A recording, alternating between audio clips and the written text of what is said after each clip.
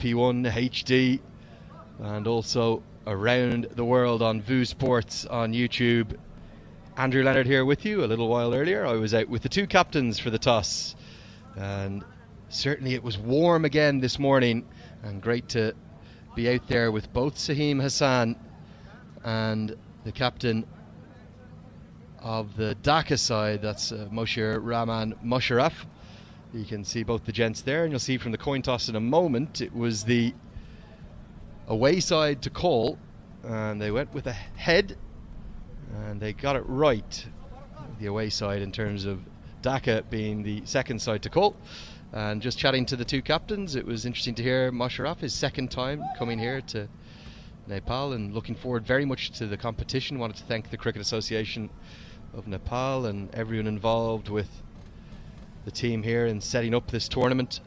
And then it was over for a quick chat to Saheem Hassan as well. Obviously he's played quite a bit of Ranji Trophy cricket down in India. They made the short trip up north of the border, just 7 miles north of the border we are here in Barawa, and it is hot again. It's very oppressively hot Indian conditions, and he was saying that he's going to be used to these hot conditions. He watched both of yesterday's games on the AP1 HD coverage, and he didn't mind losing the toss. He was saying that he was happy to have a bowl first and was looking to get this tournament off to the perfect start. So nice to see both captains. Very good morning. Welcome along to the coverage. Andrew Leonard here. I got Johnny Barron with me. Johnny, you're settling in. How are things? Yes, very well. It's it was a stunning day of entertainment yesterday, wasn't it? Two fairly tight games, both seesawed one way and then the other, and fairly dramatic last over finishes in both. It was a very good opening day to the tournament. Yeah, it really was. We actually didn't just have one final over finish, we had two of them, and the second one in particular was an absolute thriller. Went all the way to the final ball. Not just two results possible, the super over was in the mix. We thought it was back to the World Cup final. But before we talk about yesterday's games, let's talk about this wonderful province we're in here. We're in Lumini, the city of Barawa. Let's take a look at it. Yes, it's a fantastic place here. We've been here just over 24 hours now. Many of us, I journeyed down here on the Malaysian 11 team bus, and just looking at the beautiful canals here. It's a grid-like city, full of wonderful temples, and it really is quite a place. And of course the birthplace of Gautam Buddha, so it holds great meaning and great temples all across beautiful country of Nepal. And we're a long way south of the Himalayas. Obviously the Himalayas are the famous landmarks, but it's not just about the Himalayas. Look at that little statue there. I might have to go get a selfie with that one. Johnny, what do you reckon? I think that's got to be on the bucket list for the trip, it's safe to say. His belly's looking a bit more and more like mine at the moment. Maybe I'm just trying to fit in here, am I? What's going on? Well, life on the road, Andrew, life on the road. So the two games we had yesterday started the tournament. They were both in Group A and really competitive clashes. We had a win in the morning for the home side. That's the Cricket Association of Rupa Hindi. And they took a win in the final over. Didn't have it all their own way by any stretch of the imagination. And this was the first game. 10 a.m. start. Certainly saw lots of turn on offer, but some big hits as well, Johnny. Yes, I was very impressed with Varandeep Singh, actually, who opened the batting for the Malaysia 11. Tall, upright player, very strong either side of the wicket, and he scored a very impressive 66. And you just look at the way he picks up on the slog sweep there. I thought he batted absolutely superbly, and it was a great start to the game. And just looking at the response was strong as well, I have to say, from the top, wasn't it? It was a very busy first 6 overs in response. Yeah, it really was. It was 131 the Malaysia 11 posted, and you just felt that was a little bit under par despite Varandeep Singh's best efforts. He made 66, and good contribution late from Sharvin Muniandi, but for the bowling effort from the Malaysia 11 wasn't quite as impressive.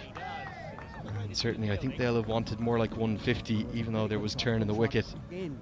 Varandeep Singh just seemed to get out at just the wrong time, and then remarkably we had 4 wickets in the final over as Malaysia collapsed to be bowled all out for 131 with 1 ball to spare. And then for the chase, it was Prajwal Thapa and Dev Kanal that got things off to a pretty good start, and they always felt in control of the chase to me, Johnny, even though they did take it all the way to the 4th last ball. They won with just 4 deliveries to spare, And they sealed it in style with a big six. Well, they did, absolutely, down the ground, and it was a cracking little shot actually to finish. And I think that the key to their success actually was 51 off the power play, wasn't it? It was a strong start, 52 for the first wicket, and that base, if you like, allowed, even when the squeeze happened in those middle overs, it meant they were ahead of the game, to be honest, and had something in the tank to spare. It really was a grand occasion as well. We had all the dignitaries and the VIPs in, and there would have been pressure on the home side to get things off to a good start, but for them to beat what was nearly a full-strength Malaysian national side is a huge achievement. And here is some of the chase. Let's take a look at it. It started off with Prajwal Thapa and Dev Kanal, of course, who made his international debut recently. Lots of Nepali internationals and a few fumbles in the outfield as well. That was part of the blooper reel from yesterday, but they didn't pick up regular enough wickets, Johnny, just the 4 to fall. Yes, I think that was the problem. And although they did manage to squeeze after that power play, you just felt that the Cricket Association Rawalpindi just had enough power in the bank really at the end. And the ball did continue to turn all the way through the course of the game, though. Yeah, it did, and that turn only got more and more pronounced in the second innings. The news today from the middle, though, will obviously be on to 2 fresh wickets. The game will be starting in about 5 minutes' time. Game number 3. We're in Group B. If you're just wondering about this tournament and wondering exactly how it works, we've got, across the course of 9 days, 17 matches. All started yesterday on the 8th of April, and it builds up to next Saturday week, which is the 16th of April, the grand final.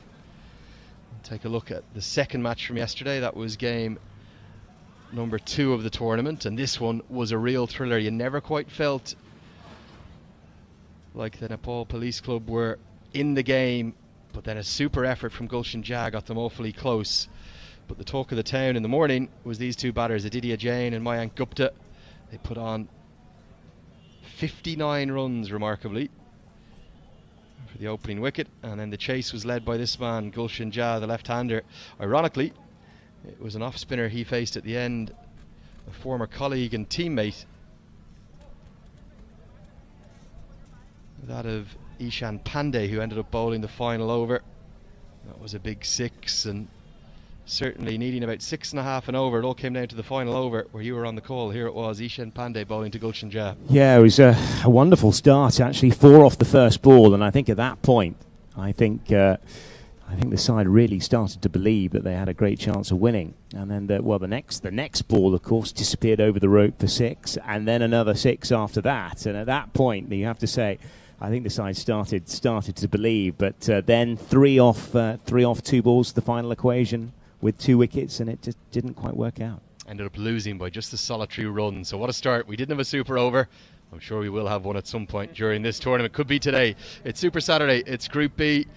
Opening up the day, it's the 2 visiting sides, because we've 4 foreign sides and we've 4 local sides. And the 2 travelling sides coming from India and Bangladesh, they are facing off this morning at 10 a.m. Let's take a look at the 2 teams.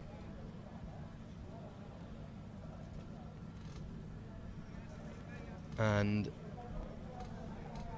there they are, captained the Uttar Pradesh 11 by Saim Hassan, the player with Ranji Trophy experience. Shubham Chowdhury, the keeper batter. Plenty of spinners as always, as you'd expect with the local conditions. Keep your eyes on Divya Prakash, the left arm spinner. And for the talent hunt Dhaka side, lots of cricketers who have a little bit of experience here. Many of the players making their second tour, and also one Nepali in the side, that's Udam Thapar Magar.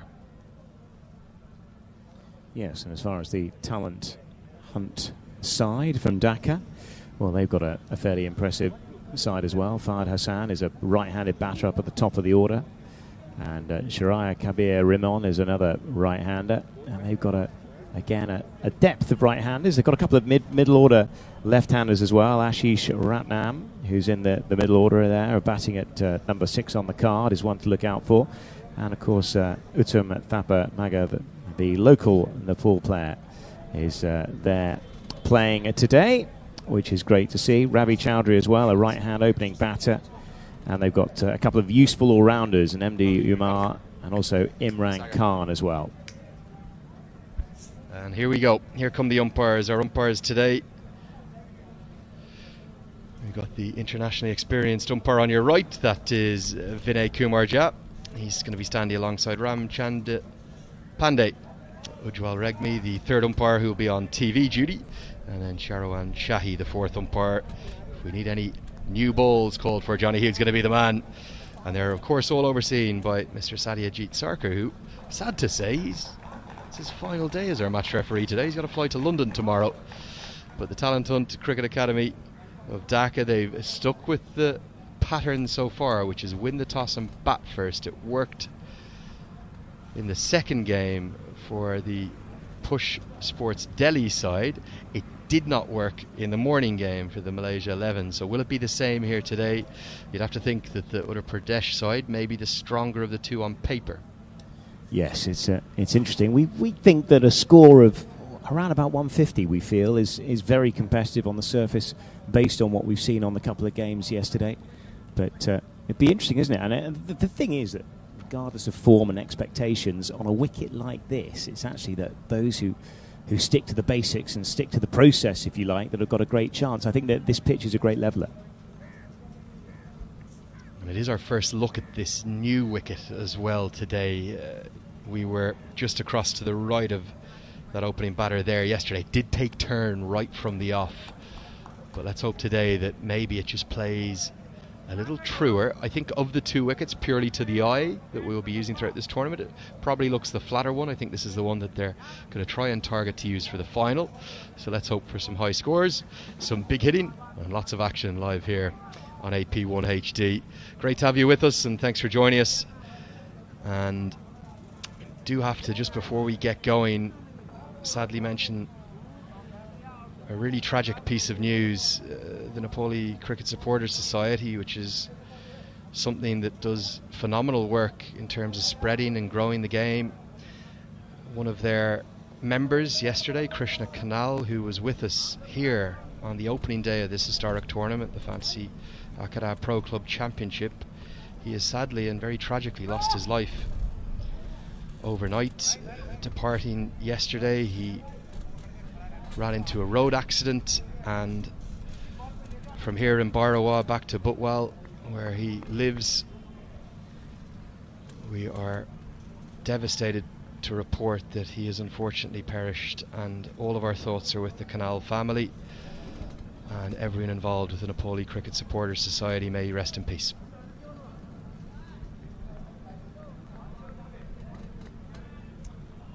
So, terrible to start today's coverage on a somber note, and I think all of us will be thinking of the Canal family throughout the day.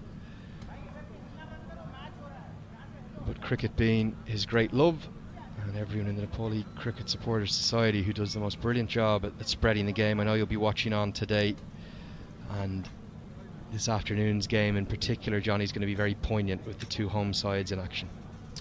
Yes, it is indeed, and a very somber news to start off day number 2. So here we go, an immediate start and into action from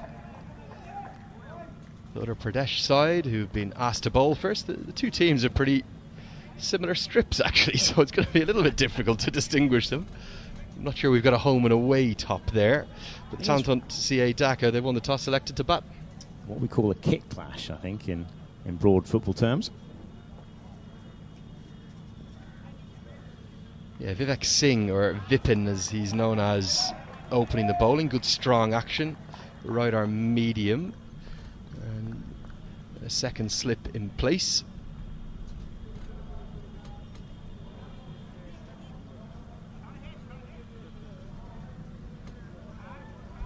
And opening the batting for the Talent Hunt Dhaka, we've got Ravi Chowdhury on strike, and at the non-strikers end, Mohammed Ashraf's. We're going to have to work on this one. Let's have a look at this, Johnny. Playing a miss. Ashraf Uzzaman Barano. Might just go with Mohammed Barano for the rest of the morning, and then we'll work on that. Right arm off spinner and right-handed batter. No, it's actually the keeper batter, correction.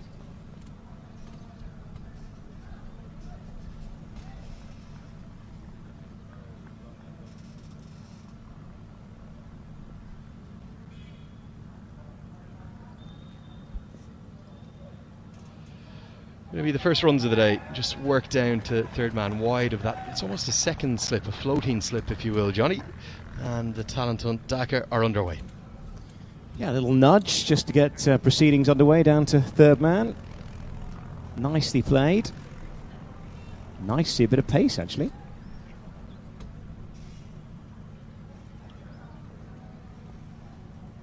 Ringfield, the men outside, third man and fine leg.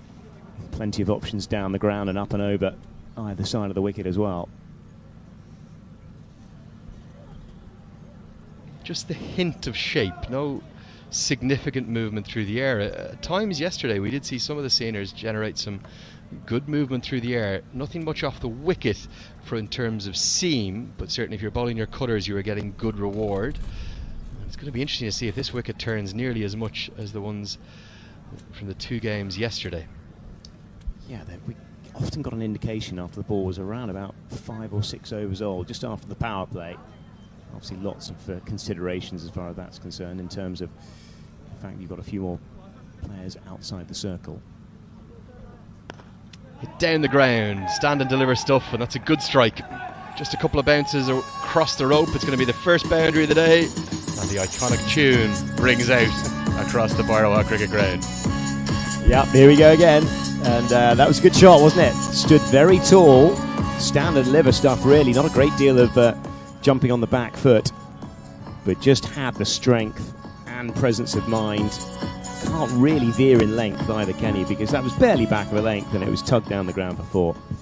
Straight into the fantasy Akhada sponsorship boards. Gets us to the end of the first over. It's 5 for none.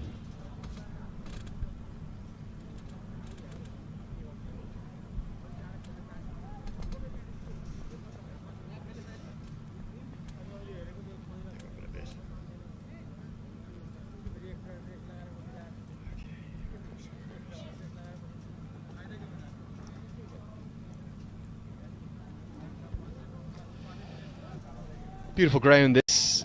Johnny, we were talking last night, both of our first times to Barawa. I've obviously spent a huge amount of time in Nepal, but it's predominantly, in fact almost entirely, been up in Kathmandu and the kind of regions in and around that. I have got a motorbike and taken a few day trips, but nothing this far south. It's a ground, I think, with great potential. Well, it's right at the centre of the city. It's very well appointed. You feel it's got the makings of a really serious infrastructure here, especially with the grandstand that we're up in at the moment. You know, and there seems to be a lot of groundswell of support. What we noticed yesterday was the crowds built up through the course of the day, but it's a very handily placed and it's a wonderful backdrop, isn't it, with all the buildings and architecture around us. I think one of the important things for the ground as well is that dimensionally it has what it needs.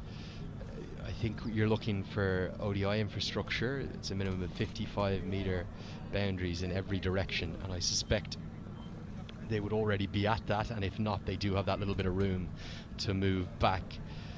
I wonder, will there be a groundswell of support after this inaugural Pro Club Championships here to possibly at some point bring international cricket down here?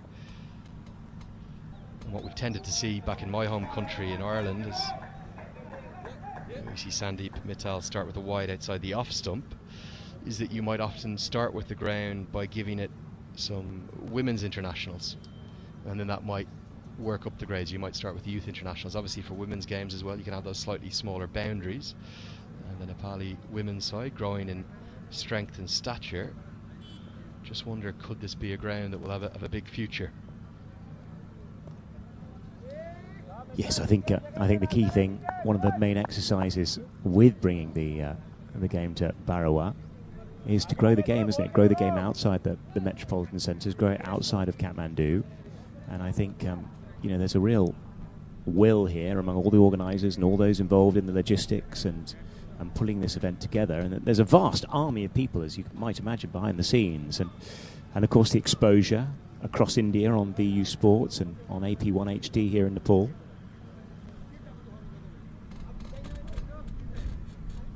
Playing a miss. That was just kept a bit low. Nasty one for the keeper. Might have even thudded into the side of his leg. And actually, if we're looking at a template for the Cricket Association of Nepal to follow, it may well be the Bangladesh Cricket Board's template. You think of the way they ascended to Test status all the way back in 1999-2000, and at that point their cricket was very much based around just Dhaka and Chittagong or Chattogram, and now they've really extended it out. There's stadia right across the country,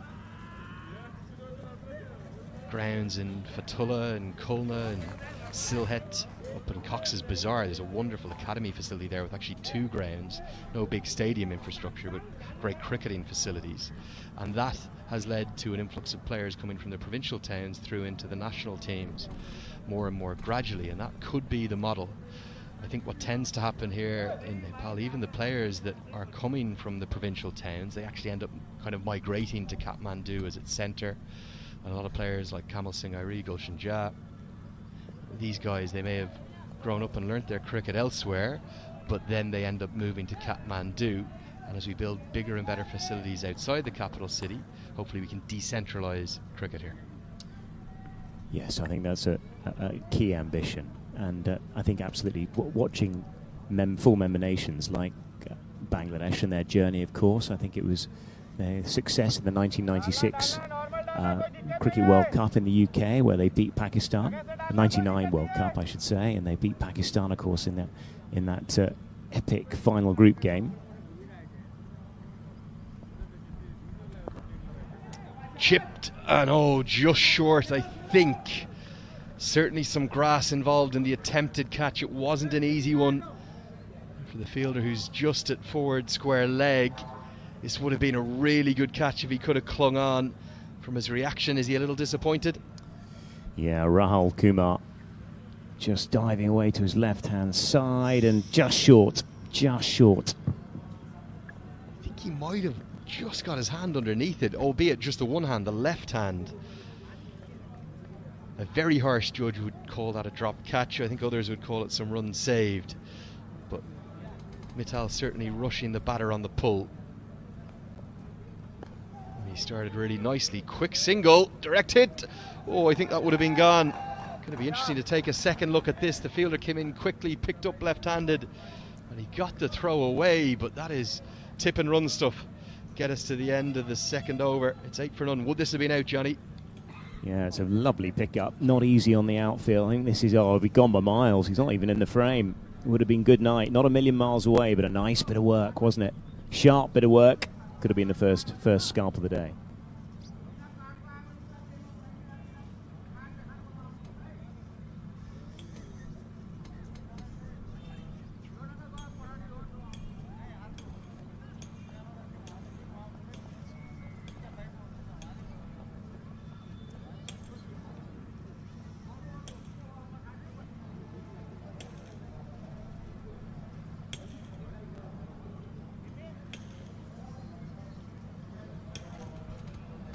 So the 2 openers, Chandra and Mittal, but immediately the Uttar Pradesh side have seen something in the wicket, and they said we're going to go to spin. And something we're seeing an awful lot of, Johnny, in this tournament. We're seeing left arm spinners, and left arm spinners aplenty. Sachin Kumar Singh yesterday, 6 for 20. I'm not sure we're going to see those figures beaten. And that was the Delhi Push Sports player who has Ranji Trophy experience, and there's plenty of cricketers in this Uttar Pradesh side with Ranji Trophy experience too. These kind of wickets, or certainly the wicket we saw yesterday, it's the stuff of a left arm spinner's dream. Will it be the same today for Shahi and everyone else? No immediate turn, just skidding on with the arm. Yeah, you tend to find yesterday that there was a bit of bite from that kind of in-between length. You didn't want to be too short, and it sits up if it's... you don't want to be too full, and it sits up if it's a little bit too short. But in that in-between length, there's a fair bit of bite, and yeah, Sachin's effort yesterday, that 6 for 20, was quite incredible. You almost felt he could have had 7 or 8 wickets. He bowled that well. And again, no turn. So it's actually the inside edge of the bat that's been challenged from those last 2 deliveries. And I know for a fact that both of these sides watched almost every ball of yesterday's action. Maybe they were deceived by yesterday's wicket. Is this a flatter one that isn't going to turn as much? Yeah, time will tell. We'll get a better indication as the game goes on, but he's certainly tossed it up a little bit. Not a hint of turn yet, and obviously we can't judge it in the third over. We tended to see, as you said yesterday, Johnny, with the ball getting a wee bit softer outside of the power play from the 6th, 7th over onwards. We started to see sharp turn, but it was really sharp turn. Today, generally skidding on, but that delivery, Shahi showing that he too can turn it, and that beats the outside edge this time. Yeah, if you can threaten both edges, that's a lovely couple of skills to have. Cautiously dealt with to start with, and get to the end of the third over, the score 10 for none. A little bit of a slow start from the Talent Hunt Cricket Academy in Dhaka. And yeah, just let's have another chat about that ground, Johnny. This is the town of Bhairawa. We're southwest of Kathmandu, the capital city. And this ground developing, getting better and better in the Lumini province. Just wonder, could this be a place that will host international cricket, maybe women's and youth internationals in the future? Well, it's staging an event of this magnitude, of course. An international event with sides from 3 countries. You know, all the infrastructure that we've got here, which very much largely, pulled in for a one-off. But I think once you stage an event like this, you've got all the collateral to use moving forward when you want to get a bigger piece of the domestic and international pie. So immediately, Saheem Hassan, the Uttar Pradesh 11 captain, has recognised spin to win here. So just an over apiece for the two seamers, and it's going to be left arm spin from both ends. Tejas Singh will come into the attack. He'll bowl, looks to me like he's going to bowl left arm through and around. Yeah, spin certainly dominated through the course of yesterday. You suspect that may well be the course through the course of the 2 matches here today as well. Starts with a short one, a bit of a loosener, but isn't put away. Chowdhury and Barano just taking a little while to get going. Looks flatter, doesn't it? I have to say, from first look here, I think the key thing, actually, I know it's a T20, but you've got to get used to the pace. Once you're in, as we found in both games yesterday, you've got a great chance. Chipped into the sky, and that's going to be the first wicket. The lack of runs is what's built up on Chowdhury in particular, who was just 3 off 11 deliveries before being dismissed. A simple catch to Saheem Hassan, the captain. Uttar Pradesh off to the perfect start. Yeah, I didn't get to the pitch of the ball. Felt, to be honest, that it stopped on him. Just didn't quite get there, did he? Looking to go up and over extra cover, and in the end just clothed it straight to cover to Tejas Singh. It was a nice, comfortable take, as you might expect at this level. So Chowdhury's gone for 3, the score 10 for 1.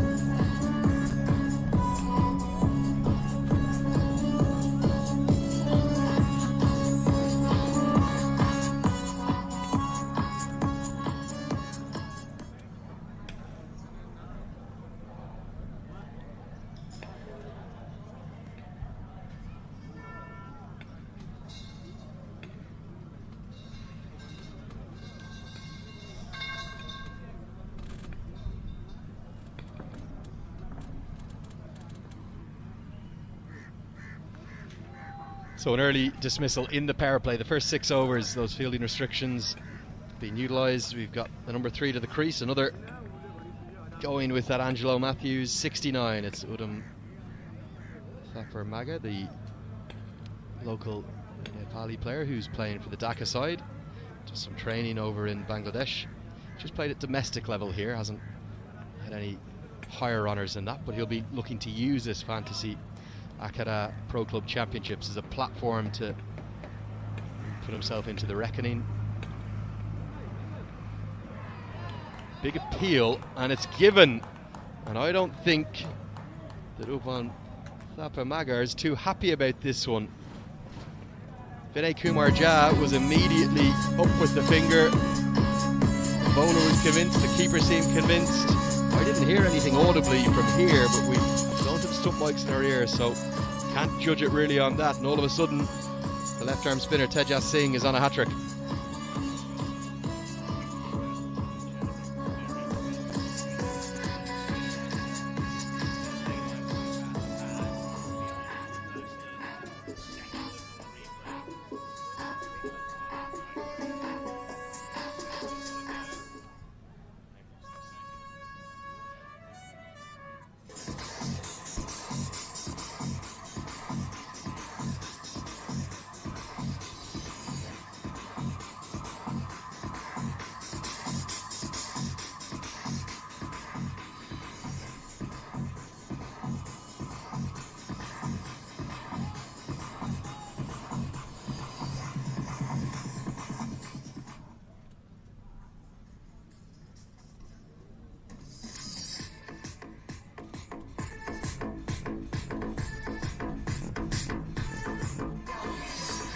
Caught us having a second look at our monitors of that replay, because it's very hard to tell, but I wasn't convinced that there was necessarily, there must have been some noise to give the appeal, but was that possibly the bat scraping the pad, or do you think that was possibly an edge? Hard to know.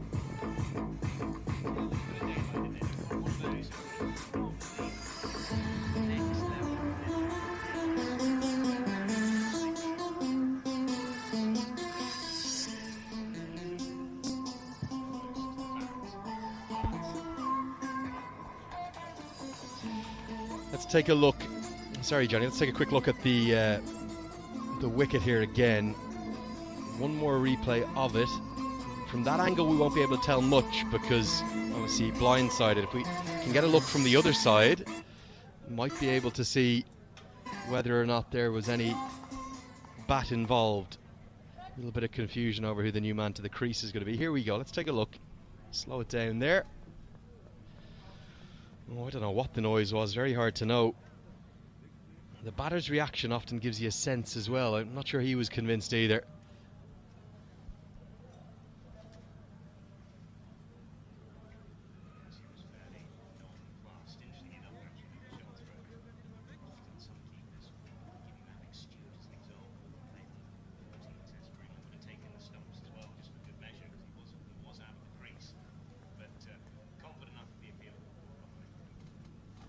Going to be the left-handed batter, Ashish Ratnam, to the crease, and I think the reason for the confusion as to who was coming out to bat was, I suspect, that there's been a bit of a horses for courses decision here. They've decided to go with the left-hander, with the left-arm spinners bowling in tandem, and the left-arm spin of Tejas Singh being on a hat-trick.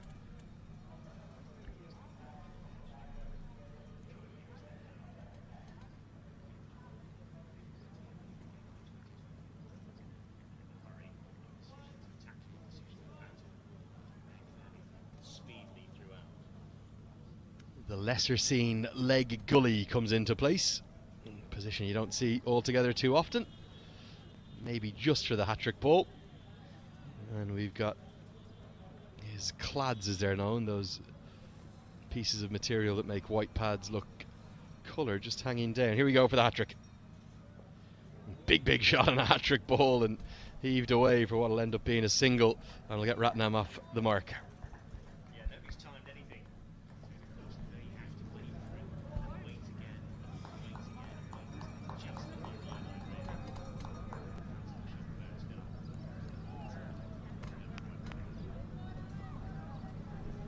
Didn't know much about the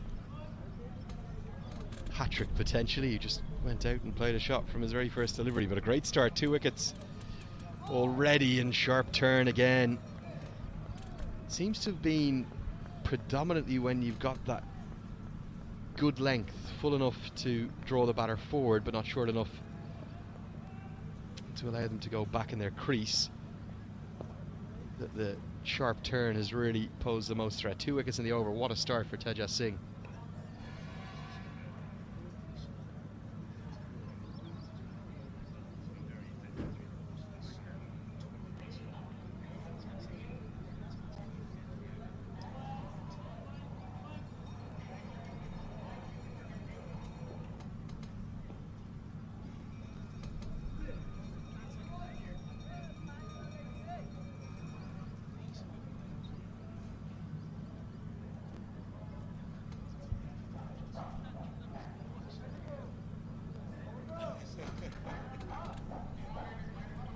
That's the batting card there, and there's plenty of batting to come. Keep your eyes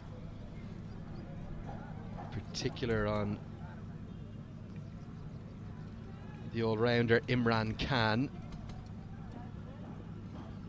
See the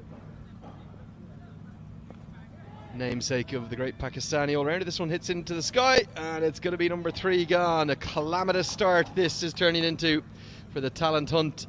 CA Dhaka, they're being outclassed right now by the Uttar Pradesh 11. 3 wickets in just 25 deliveries.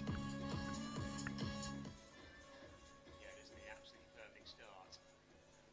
Again, somebody perishing in the deep. A decent use of feet, but doesn't quite get there.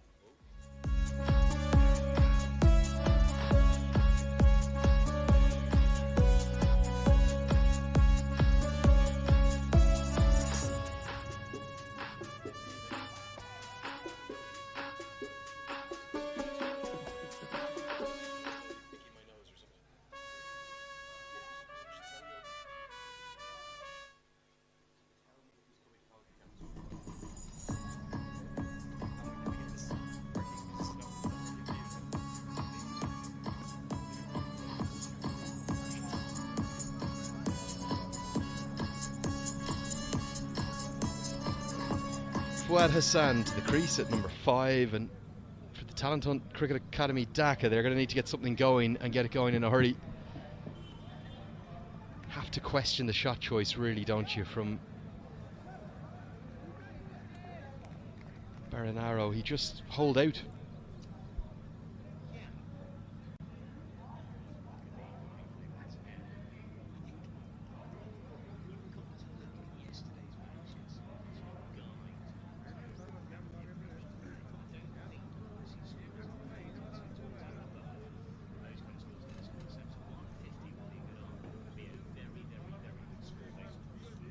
I think you're spot on, and if that is the case, if you're looking for 150, how do you go about getting to 150?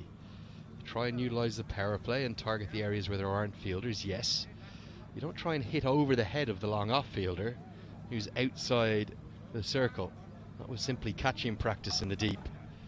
So you look at the field there, you can see the 2 fielders for the left-hander in the deep, that long on and deep mid-wicket. So opening up the offside is an option, or working the ball with the spin for the singles is an option. He will get off the mark with, in fact, it's his 2nd run, isn't it, for Ashish Ratnam. Just work behind square. Still having problem with those clads. Looks like a rather untucked shirt around his legs.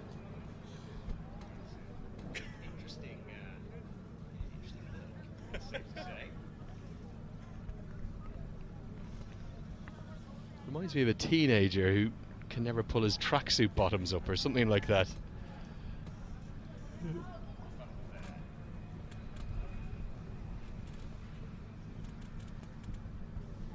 Hold him. That's 4 within 5 overs, and Hassan from his first delivery doesn't even know he's been bowled. He's gone back deep in his crease with a delivery that was pitching on the stumps, skidding onto the stumps. It's a poor shot choice. The men from Dhaka, they're all over the place right now.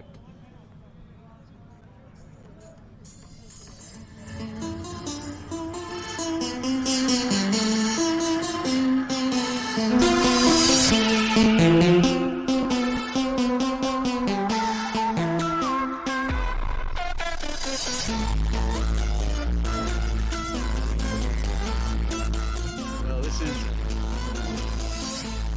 Johnny, this is a first. I've seen plenty of batters get out in the 5 or 6 years I've been commentating and the 30 odd years I've been watching cricket. I have never seen a batter look more disconsolate. You've been dismissed first ball, your partner's come to you and said, look, these pads are no good for me. Would you mind taking mine? He didn't get to use his bat the whole game, and those pads that his partner has asked for, that's what the ball has cannoned off and into the stumps. A disconsolate trudge off the ground. Let's see if we can get another look at him carrying his own pads off the ground. There he is. That is a slow and very lonely walk from the middle.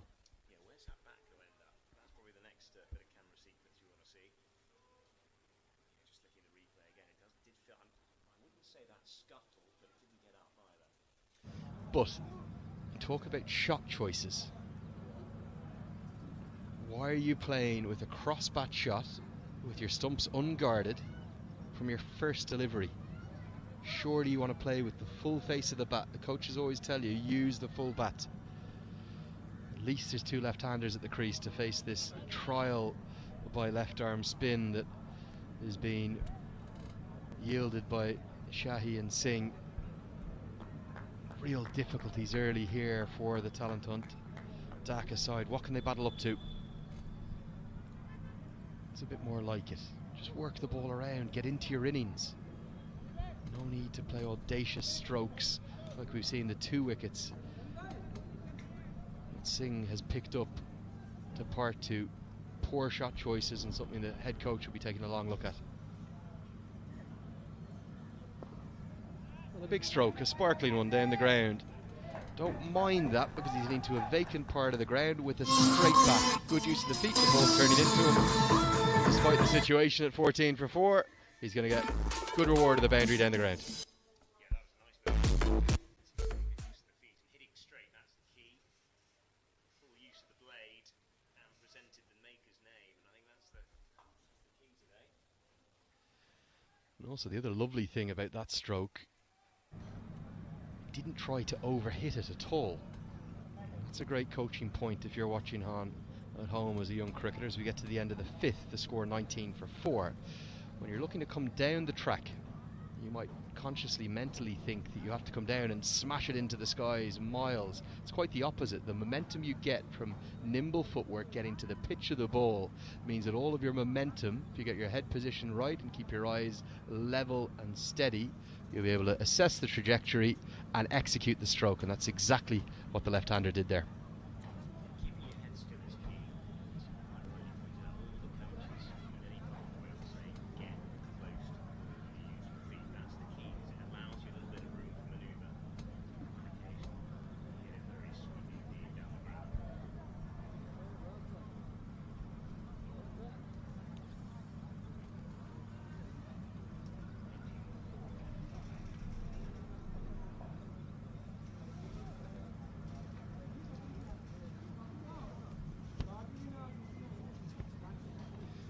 So, we're going to see a change in bowling.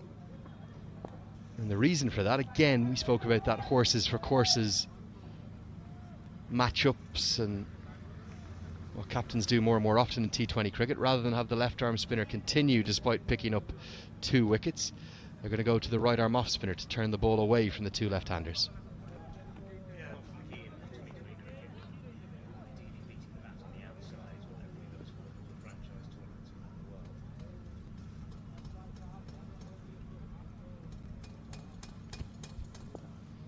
Starts right on the money.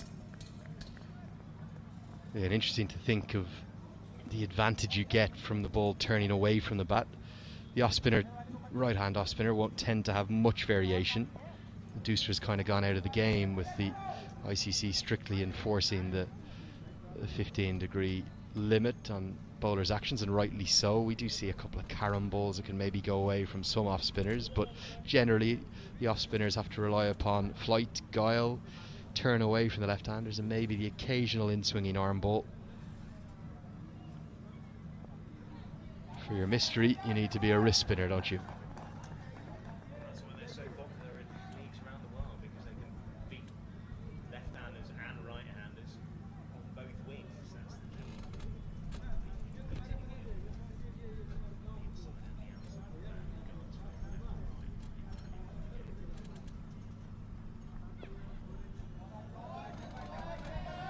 Starts right on the money. And yeah, again, it's this beautiful angle that a right arm off spinner gets around the wicket to the left-hander. He gets to use the crease, angle the ball into the left-handers and try to turn it away. It can be very difficult for left-handers to pick up the scoring rate, and right now the Talented Cricket Academy from Dhaka are not doing that. 6 overs gone. A power play in name only. It's 22 for 4.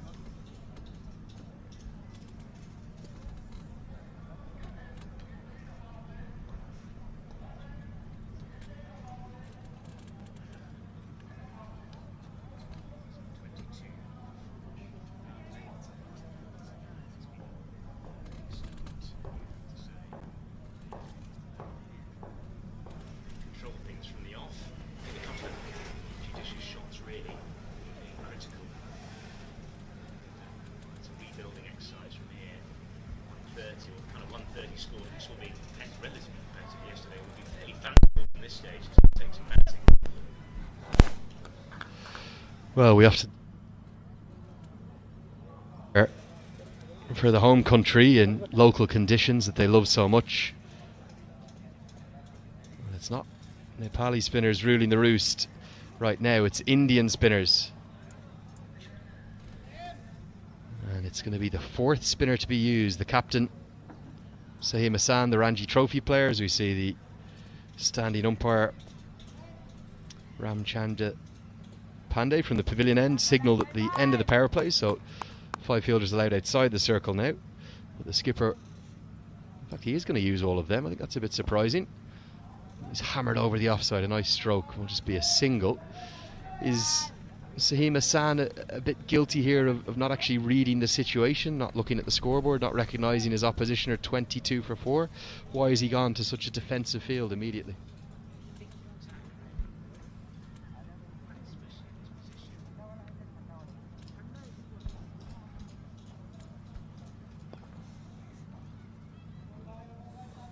And what that does for the two left-handers, I'm not saying they're going to easily get 8, 9 or 10 and over, but they should be able to work the ball around for 5 or 6 and over every over, and at least that might give them something to defend. I think this is a little bit of captaincy by numbers, although he's nearly found the 5th wicket. Don't need to go this defensive. Have a look at this, Johnny.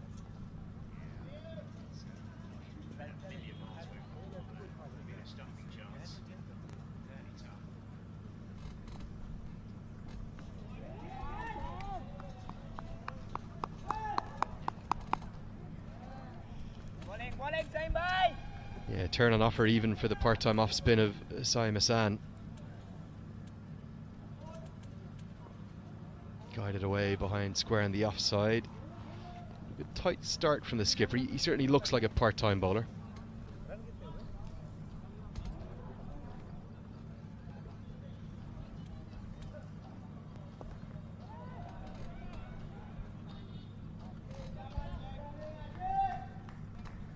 Skipper has made that one Ranji Trophy experience for Karnataka back in 2018 now, 4 years ago.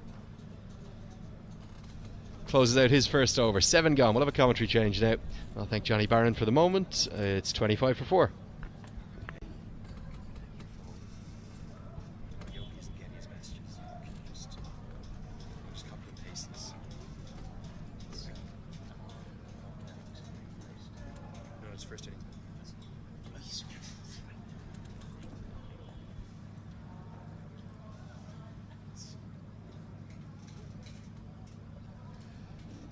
So we're going to have a commentary change now and welcome in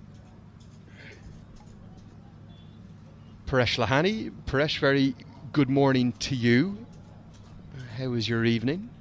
Yeah, it was quite, a bit tiring, but it was okay. Quick single run here. I presume, given it was a Friday night, you were hitting up all the Barawa hotspots and getting down to the nightclubs?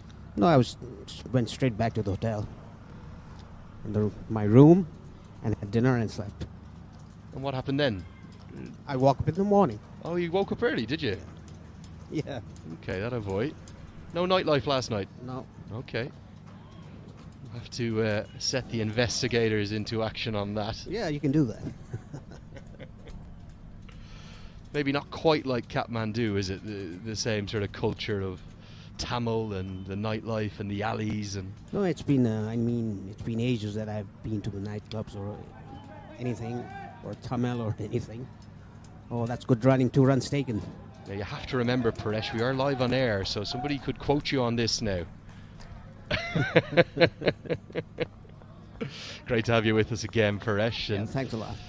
Lovely to be back for day number 2 of the Fantasy Akhada Pro Club Championship. Brilliant first day, but a difficult start for the Talent Hunt Cricket Academy from Dhaka.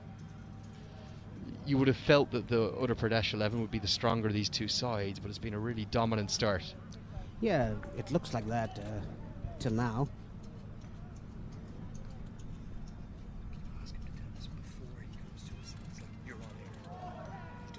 Very well bowled.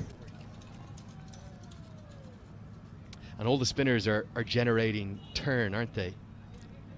Even the finger spinners here. Look at that. That's the perfect delivery for a right arm off spinner bowling to a left-hander. They look to have got all their tactics right to me as well. Well led by Sahim Hassan. This time just angling down the leg side. That's not the line to bowl, and the paddle sweep's going to get good rewards. So it'll run away for 4. They need plenty more of that aside from Bangladesh. Very needed 4 runs for Bangladesh. You can see the last ball, it was flat and it turned so sharply. So it's very hard to play those balls. They are 32 for 4 in 8 overs. Now look at that switch, look at that 4. That was the wrong line. After 8, they are 32 for 4.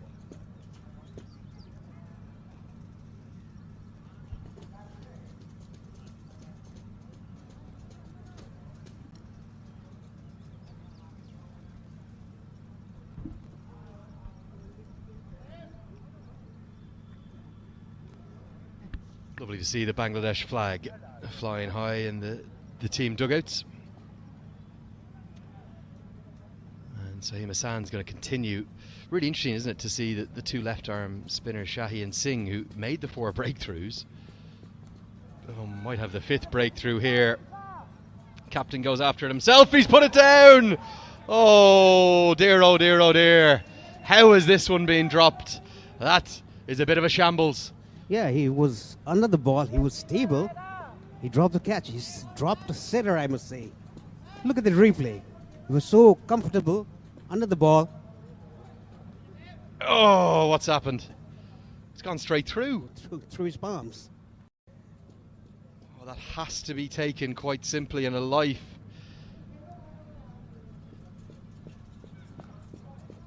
A life for the left-hander. Remarkable drop. Ratnam, I think he was already walking off.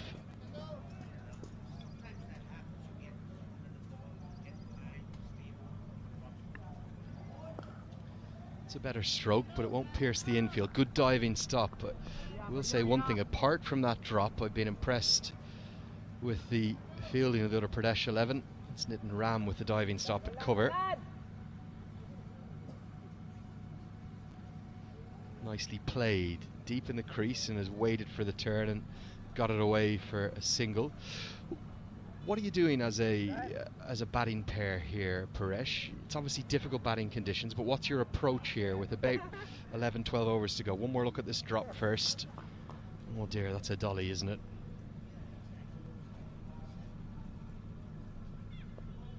So tell me your approach here. You're batting with your partner in the middle order, you're in trouble, there's 11, 12 overs to go. What are you looking to do, and how are you looking to do it?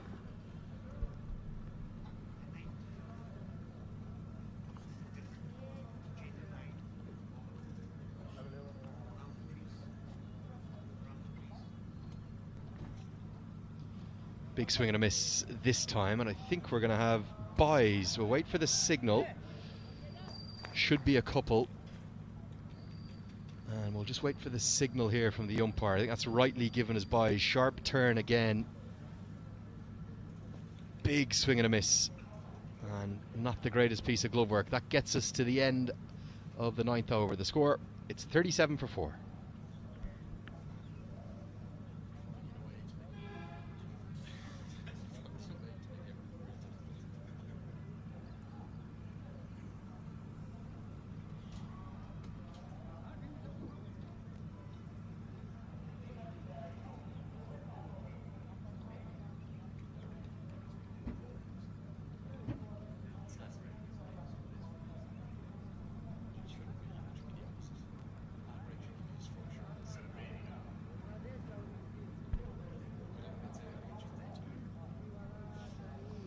So 11 overs remain, and the off spin will continue. Nitin Ram. Some interesting names on the back of the shirts of the Uttar Pradesh 11. On his passport, Nitin Ram, but he's got Anu on the back of his shirt. Got Paresh Lahani here with me. What's your nickname, Paresh?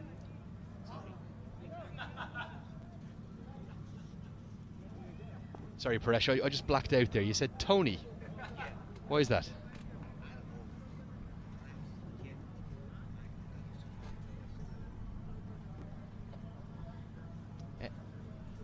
Any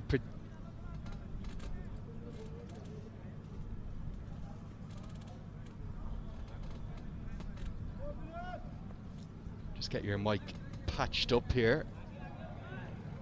I've got Paresh Lahani with me, just got a few audio issues. We'll get those fixed up for him. You can see the sharp turn again. Big swing and a miss. Batter just not quite ready.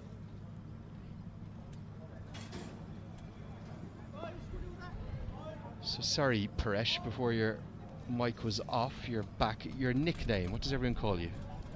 Tony. Okay, sorry, why is that? I have no idea. I'll have to ask my uncle. You don't even know? No. Is it, were you a big Sopranos fan? Did you No, like the Sopranos? Since So I was a kid. oh, since you were a child? Yeah. Before the Sopranos? Yeah, exactly. Was Tony Soprano named after you? Maybe. You're going to have to find the background story for me tomorrow, okay? That's your homework for Saturday night, Paresh. Get on to your uncle, find out why he called you Tony your whole life. Yeah, I'll definitely do that. Okay, so we get to the halfway stage. It's only game number 3, but it's all happening in Barrowa. At the 10 over mark, it's 39 for 4.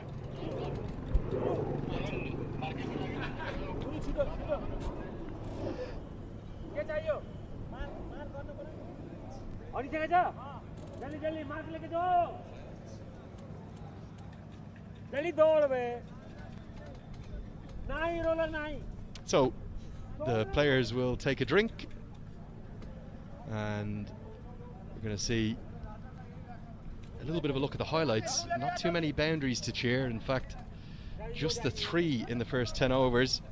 There's the real highlight, so that's what it's all about. The coin toss, the umpires walking out. Great AP1 HD team doing their work. And after a cautious start from Chowdhury and Baranayo, it's been all about the spinners. 2 wickets apiece for Shahi and Singh. That was the boundary from Baranayo, straight pulled down the ground. That was the drop chance. That would have been a brilliant catch. The catch of the tournament so far, but then the wickets started to tumble. Yes, exactly. I mean, they were in a deep trouble. I think, well, you never know. You need a sneaker middle for that. Yeah, that was the marginal decision, Paresh, wasn't it? Poor shot, that 3rd wicket. Baranayo just gave it away, and then a first ball dismissal. Fuad Hassan, he was clean. They were bowled actually off his pad, and then he lost his pads because his partner asked for them. And he had to take a lonely trudge off with his partner's pads in hand. I think that might have tipped me towards the edge of retirement if that had happened to me early. Yeah, this is a drop catch. Sitter. He was aligned with the ball. I don't know what happened. Sometimes it happens. Tell you who would have never dropped that one. Tony. Hey, there it is. That boy for it. So, the halfway stage of innings 1 in game number 3. We're going to try and stay with you for every single ball. We might not be fully compos mentis at some points. It's 33 degrees. It's just after 11 a.m. local time. 2 wickets apiece for Singh and Shahi. They've been impressive, the 2 left-arm spinners. I was surprised to see Singh in particular taking out of the attack after just 1 over, but that's because the 2 left-handers are at the crease. And just the 2 overs a seam so far. And you do have to give Ratnam and Umar, the 2 left-handers, a little bit of credit because they have rebuilt. Both have moved into double figures. Going about 4 and over. Surely they're not going to be targeting double this score. What are they thinking? 110, 120 from here? Yeah, if these 2 stay there till the 15th or the 17th over, just rotating the strike, taking singles, getting 6 runs per over, they might. But it was not necessary to take off the left-arm spinners because the left-hand batsmen are there. They are 4 down for 39. So you should have continued the left-arm spinners. Yeah, it's funny. You can almost go to captaincy by numbers, can't you? Oh, well, I've got 2 left-handers in. I have to bowl my off-spinners. Maybe it's going to work. It won't. Diving, sprawling attempt. Didn't even end up getting a hand on it. The cover fielder. Wasn't an easy chance by any stretch for Nitin Ram. Would have been another spectacular catch. Instead, it's a single. Yes, that was a bottom hand shot. Too much of bottom hand. That is why the ball went so up. Talking about the previous stroke and the bottom hand coming into play, where was the batter looking to target? Was he looking to go over extra cover? Was he looking to hit into the leg side? I must say that was a pressure shot and nothing shot, because they are just 41 for 4 in 10.2 overs. The current rate is under 4. That is why he came down and just played the shot. There was no, there's no plan whatsoever. It was, of course, the first ball after the drinks break as well. It seems like it was almost a giveaway stroke. This time he looks for the sweep. Perhaps what those two shots indicate from the current batter.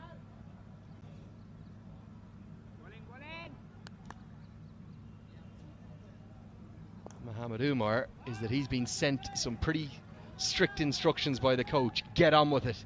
Get out there, take the aggressive route. 3 shots, 3 aggressive strokes after the break, and finally gets it out of the middle and away for 4. Yeah, actually the length was not, it was a very full length, so he got a full face of the bat over extra cover for a boundary. This one skidded on. I think it's going to go down and miss the leg stump, because that was probably the arm ball. You notice the difference in the seam rotation. Given his leg buys, I think this is a really good decision. It's going to go on with the arm. There wasn't any turn, so it will miss the leg stump. Yeah, somehow the bowler has been mixing his ball. The ball he got hit for 4. Yeah, you can see that. I think it was a missing leg stump. Well, he's picked up a wicket from the very next delivery. Down the track this time came Ratnam, and he's paid the price. An over full of action, and an over that indicates to me that at the drinks break the coach got a message out to the 2 left-handers: hit out or get out. Yeah. I think that would have missed leg stump marginally. It was very close, but I think the benefit of the doubt going to the batsman. Just skidding on with the arm, wasn't it? And then the following delivery was the dismissal. Ratnam bowled for 16 by Sahim Hassan, his first wicket. Uttar Pradesh captain from his final delivery. Here it is, down the track. Something I was talking about earlier was if you come down the track, you don't have to try and overhit. That's exactly what Ratnam did. It's now 46 for 5.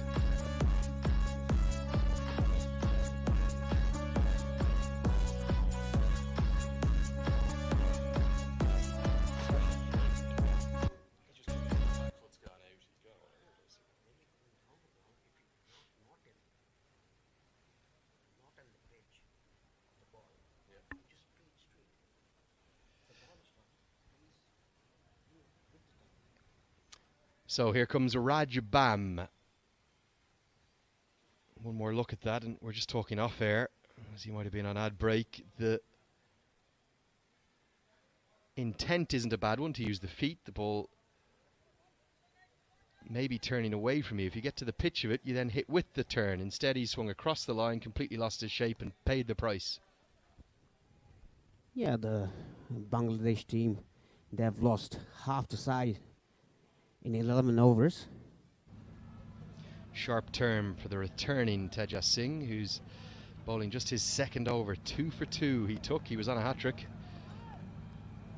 He looks like the left-arm spinners are going to be the ones to follow throughout this tournament. Yes, I think exactly. But Bon Sharaf the other day bowled a very good spell. And even Manjit Shrestha.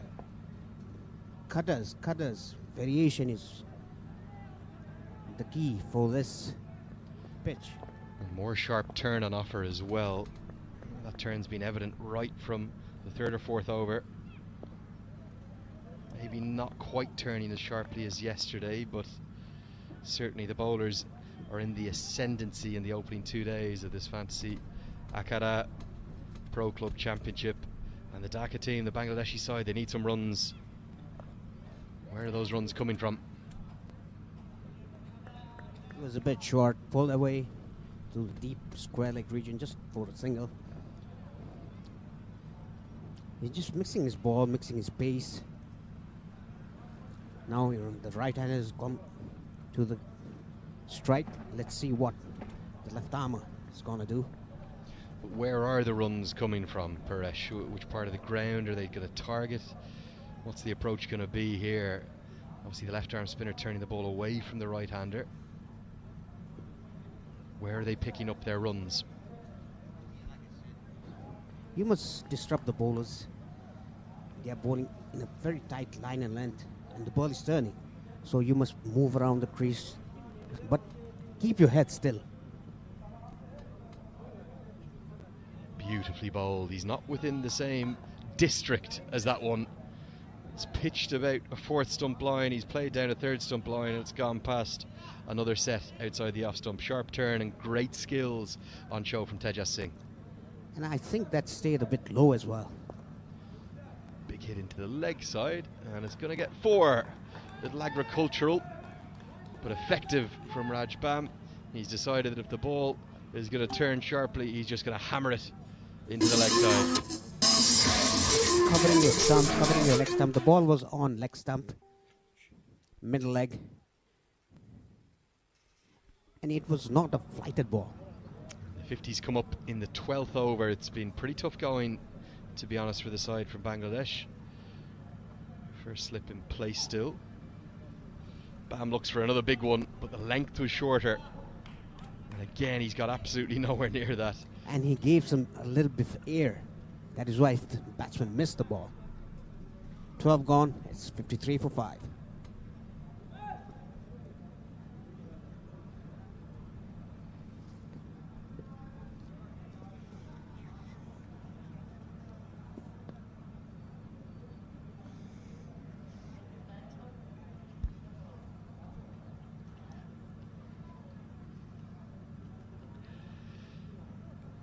So the replacement pads have been brought out just in case, and I think they're going to have to be used. Umpire's not too happy with how white the pads are, potentially, or maybe just a misshapen fit. So it's been padding drama today, Paresh. Yes, exactly. I think they have put covers on the pads, white pads, green covers, and they are falling off. During your career, Paresh, joking aside, how much cricket did you play with coloured clothing and white balls as opposed to white clothing and the red ball? I think white clothing and red ball, we played around 70% and 30% with white ball and coloured clothing. Which did you prefer? Obviously, you were predominantly a batter, Paresh, weren't you? Did you prefer batting against the red ball, or did you enjoy the white ball formats? Actually, I enjoyed both. The red used to swing, and I like swing bowlers. I like good pace bowlers, and the white ball as well. It tend to swing, the Kokopuru ball. It tend to swing, and if the bowler is a bit quicker, then it was very easy for me to play. So you like pace on the ball? You're that kind of batter. Yeah, exactly. Yeah, so often the case, isn't it? You come up through the grades, maybe when you're younger you might be a little bit scared of faster bowling, but as you progress to adult cricket, unless it's someone up at the pace of a Dale Steyn or a Lockie Ferguson, you tend to be kind of happy with anything over 130 kilometres an hour. It gives you the pace to work with, and that's exactly what the talent on Cricket Academy of Dhaka don't have right now, because the Uttar Pradesh 11 have bowled just 2 overs of seam, and then it's been spin, spin, spin. Yes, exactly, and it's a turning wicket, so the spinners are going to do the job. Was it always turning wickets that you have here in Nepal? You think about the famous bowlers of your history, particularly from your era, tended to be almost entirely spinners, not many famous seamers. This one's hammered into the leg side. It'll just probably be a single. Was it always the spinners that really shone in these conditions? Yeah, back in Kathmandu in TU grounds earlier, there's a sharp turn here, right? It was more than that, the turn. It was so difficult to play spins. How did you ever score any runs, Paresh? Like I said, I used to shuffle. I used to just play mind games with the bowler. Sounds to me like you can't remember how you got the runs. It was that difficult. It was very difficult.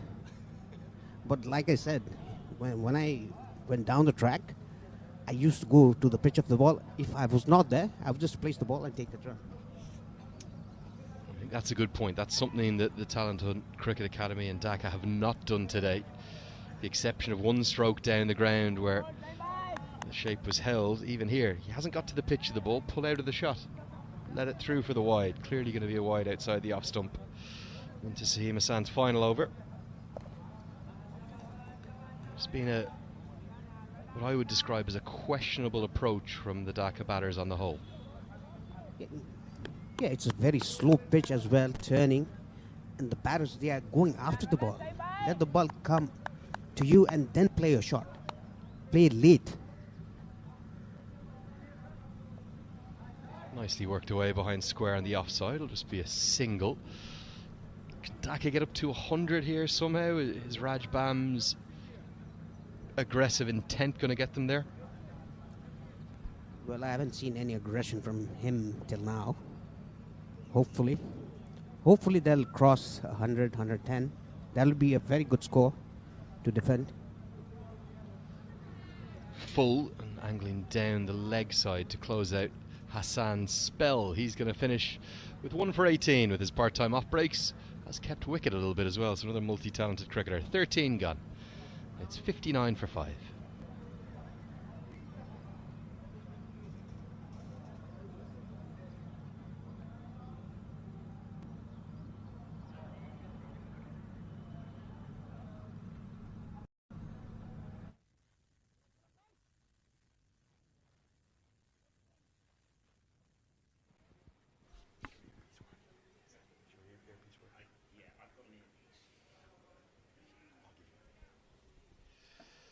So the trial by spin will continue. It may just be the 2 overs of seam we'll see in the entire innings, because already 4 spinners have been used.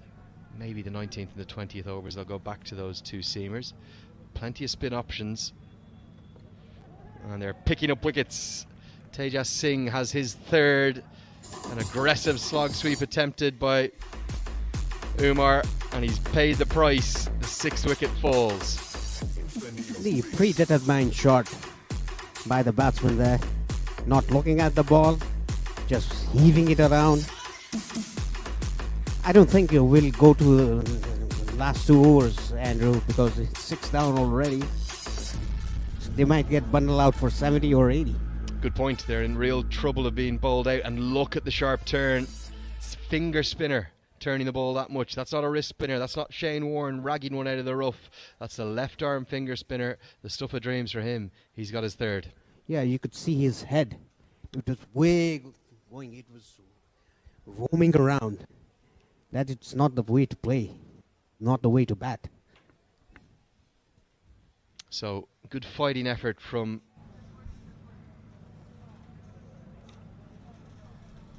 the batter Umar. He's made 20 from 30 deliveries, 2 boundaries in that, but he's been dismissed, as you said, just overbalancing, wasn't he?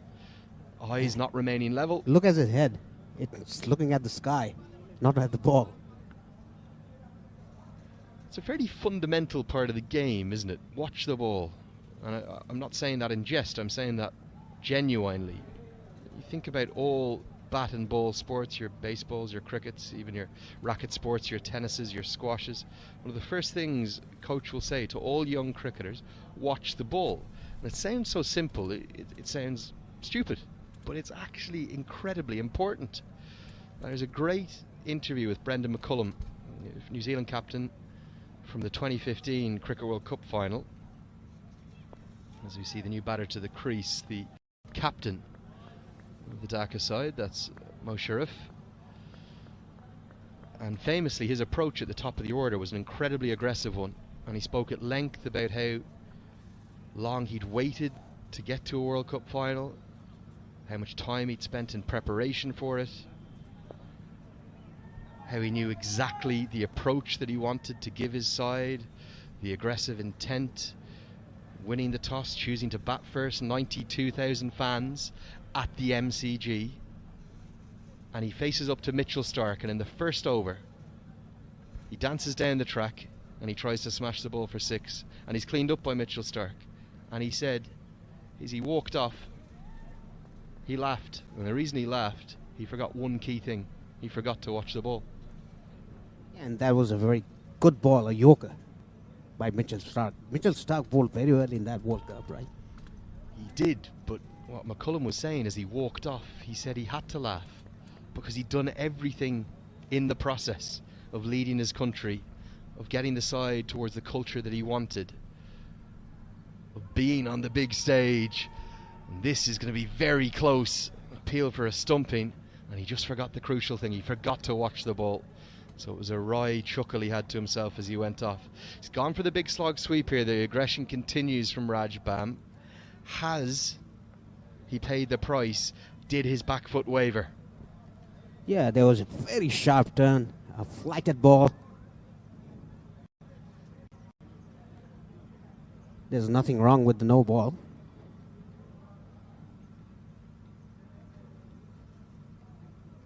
I think it's back. Oh, very interesting. This is very tight. Remember, the line belongs to the umpire. So are those rubber spikes, I think, that he's wearing, has he got one of those rubber spikes down behind the line? That's the question. Sharp work.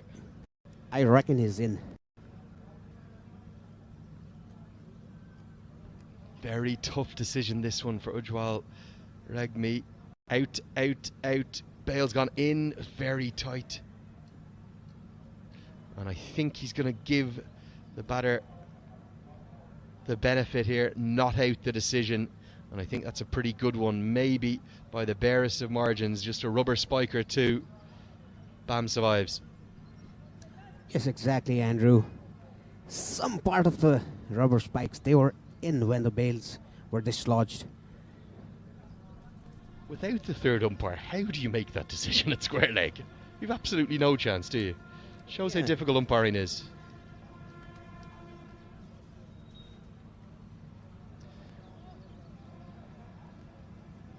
Have to love our umpires, need more and more of them in the game. And great to have Vinay Kumar Jha, one of the international panel here throughout this tournament. He was on the TV duties yesterday, out there standing today at the market end. Bam is trying to smash everything for boundaries, but not much coming out of the middle at the moment. End of the 14th, 62 for 6. We'll have a commentary change. I'll pass over to Johnny Barron, who'll remain with Paresh Tony Lahani. 62 runs for 6 wickets. After 40 Thanks, Andrew. 62 runs, 6 wickets.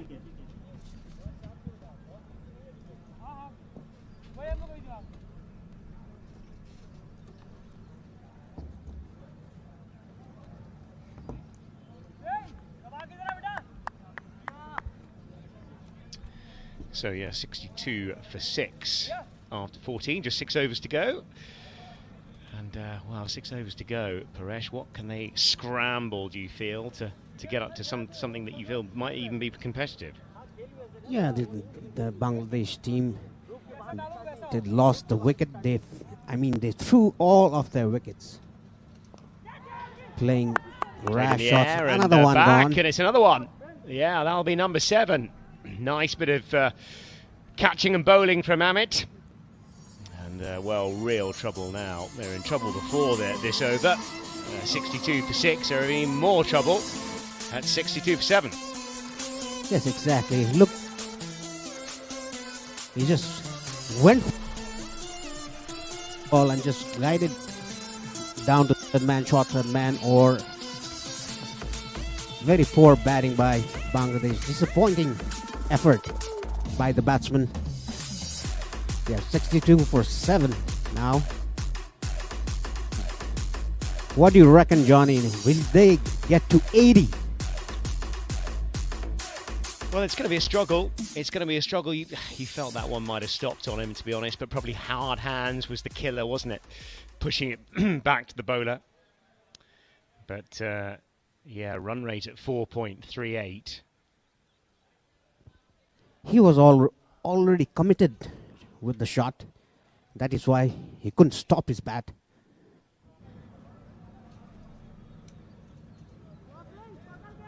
Yeah, the next man in is Imran Khan. A very big name. I was going to say, if you bat anything cricket. like one of his four runners, he might go quite nicely. Let's have a look. Right-handed. Fast bowling all-rounder. Well, we're going to need the batting suit to fire up here.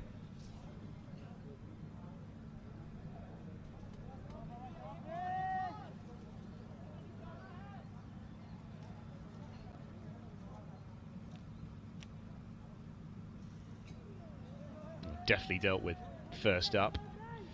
But yeah, I guess the question is here, do you stick or twist? You've still got a little bit of time. The problem is the resources, Paresh.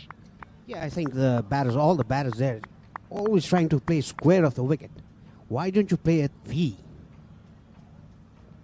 Yeah, turn as well, and he plunged forward, but was in two minds in the end.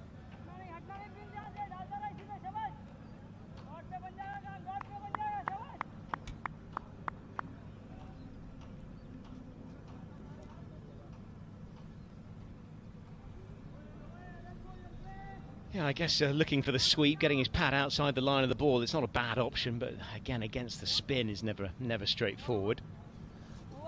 Like Andrew and me, we were talking about watching the ball. These batsmen, they are not watching the ball. Gets the inside edge. Yeah, it's pushing forward with more hope than expectation. Still a single as we continue to nurse our way through the course of this inning. 62 for 7 at the moment.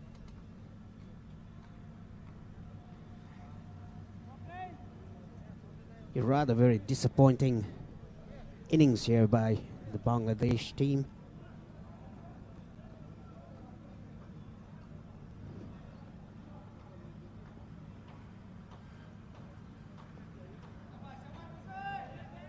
That was bowled and the legs side. They might get 2 runs. Yeah, just a single. End of the over. 63 for 7.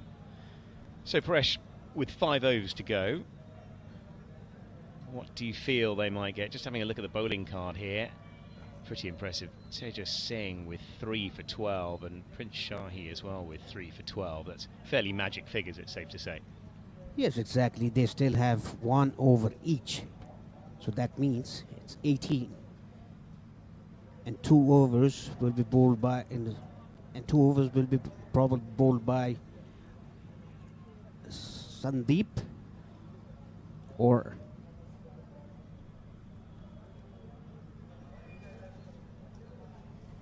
Change of bowling up at the market end. It's Divya Prakash, who's another left armer. He's into the attack for the first time today. And left armers have gone quite nicely, haven't they, through the course of the couple of days so far? Yeah, we've seen plenty of left arm spinners in 2 days in this tournament. The Fantasy Akhada Pro Club Championship. First time this is happening in Nepal, the club championship, where international clubs are coming here to play.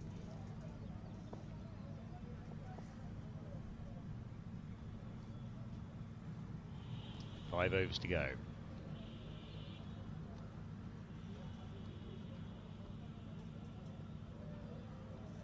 Nice start again. It's kind of what we've seen all the way through the course of the day. Wide of off stump and going wider. And look at the length. Immaculate length. And the turn.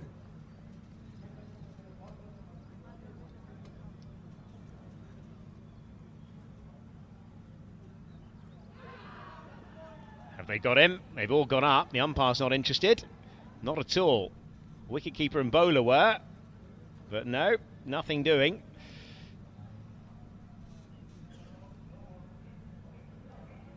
looked like he nicked it. What was your thoughts, Paresh? No, actually, the umpire's call.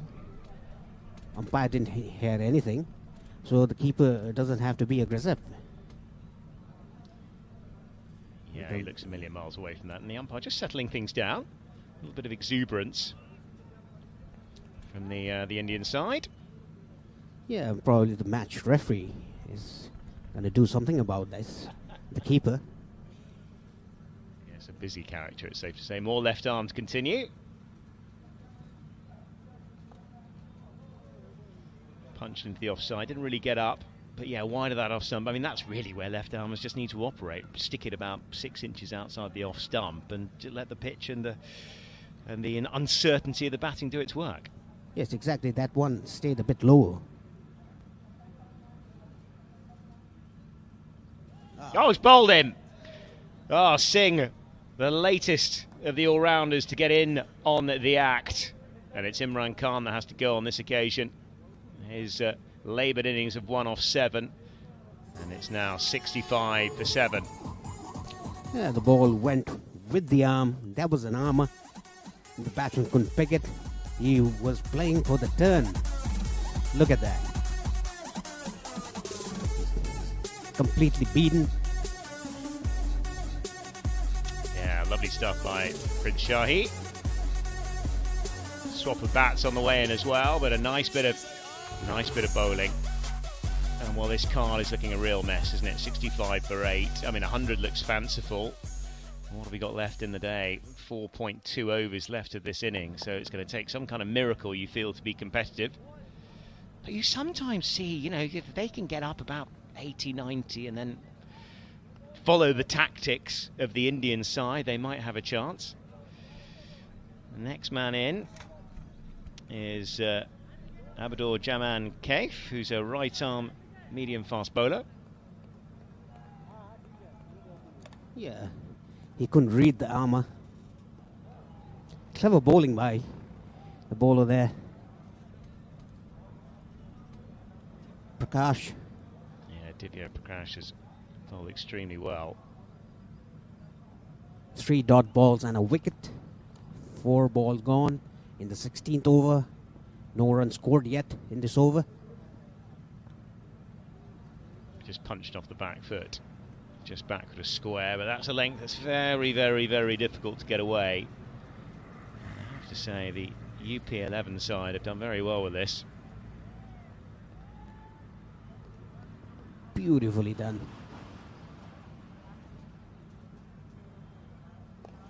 Wide of the off stump and swung away in the offside. Might that be a boundary? Oh yes, it has. Just about 3 fielders converged on it, but it has run away for 4, and we haven't had one of those for a while. Collector's item. Yeah, this might release a bit of pressure for Dhaka, but they're very low on scoring 69. Only for already 8 wickets down in the 16th over. After 16, they are 69 for 8. Yeah, just 2 wickets to go. 100. God, well, that would be miracle territory, wouldn't it? With the 4 overs to come. And this card, well, it's looking very handy, really, especially for a left armour. Tejas Singh and Prince Shahi, of course, have got 3 apiece. And now Divya Prakash Singh has got 1. Sahim Hassan as well has got 1.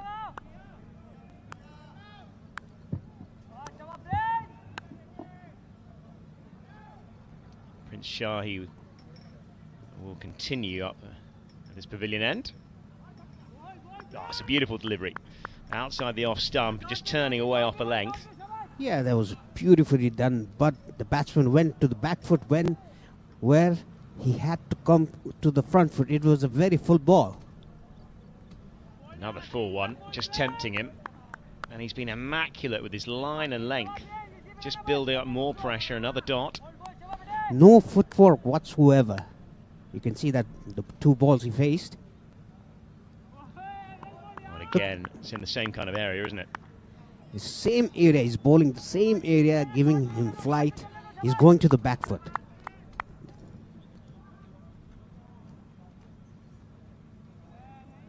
Down the leg side and as a bowler, what you want to see is the batsman pinned to the crease, and he's got him exactly where he wants, hasn't he? Yes, exactly, Johnny. He's trying to turn the ball from the leg stump to get an edge. Yes, that's the ideal scenario, isn't it? If you're getting turn, and if you are pitching in that rough around the leg stump, turning the ball away from the right hand, are very difficult to play. Not easy if in the back of the order as well, trying to scramble a total. The men up the top of the card haven't really done them a great deal of favours, have they? But they've got to try and scramble something. Just a total on the board so that they can try and make a game of this.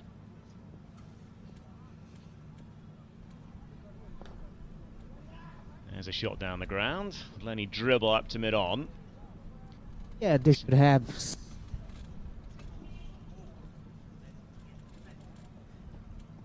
like 100, 120 if they can. Just push for that. Yeah, got to take a few risks. Oh, now he's swung away on the onside. It's a very comfortable catch at mid-wicket. And Mo Sharif looking to go aerial on the leg side. It's picked out quite neatly by Sandeep Mittal out there. Another comfortable take, and well, 72 for 9 is the score after 13. Real trouble. Yeah, they're in real deep trouble. The Dhaka team. The intent was right, but didn't connect it well. Simple catch for the fielder there. Deep mid wicket after 17. Dhaka, they are 72 for 9. Yeah, Shahi's got 4 for 15 and has bowled beautifully.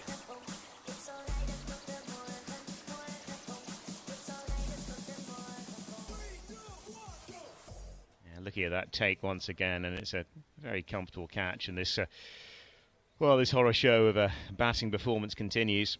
72 for 9 after 17. 3 overs to come and just 1 wicket in hand.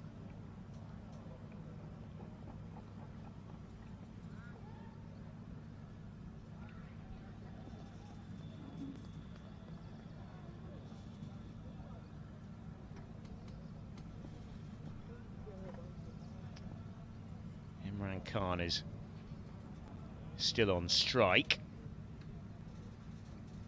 Yeah, a performance like the current Pakistan Prime Minister wouldn't go amiss, it's safe to say. Oh, edged. Oh, only as far as a sort of floating short gully. The dots continue. And what do you do? 3 overs to go. Do you try and nurdle another 15 runs, or do you go for broke? No, there only 1 wicket remaining, so I would rather play the whole 20 overs. That's a nice shot down the ground. Where's that gone? It'll bounce a couple of times before the fielder running in from deep long off. Single will be added to the total.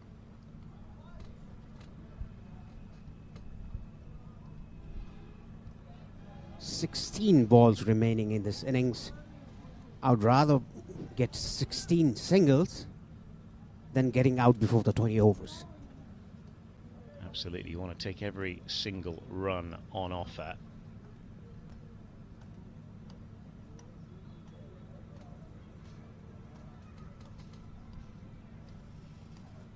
Wide of that off stump and a leave alone. Well, you can understand that really at this stage. You've got to bat out the remaining balls. What have we got? 15 left in the piece. 15 runs gives you, what does that give you? So around about 90.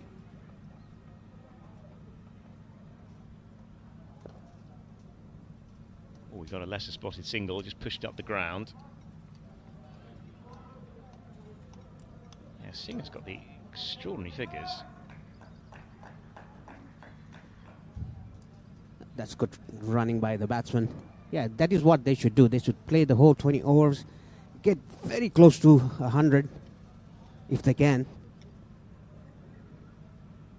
1 for 7 off his over 1.5 overs or so far. Wide of that off stump and punch down the ground. There'll just be another single. Yeah, if they get close to 100, it's not easy to bat there for the spinners. So the UP team, they might also struggle if the Bangladeshi boys bowl spin in the spot.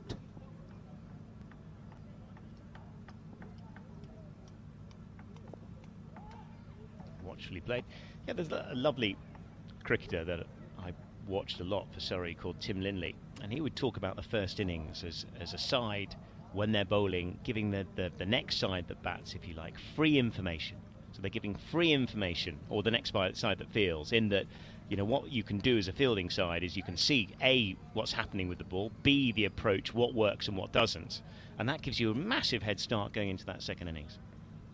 Yes, exactly. I mean, 18 overs gone. They are 76 for 9. A wicket remaining. The current rate is 4.22.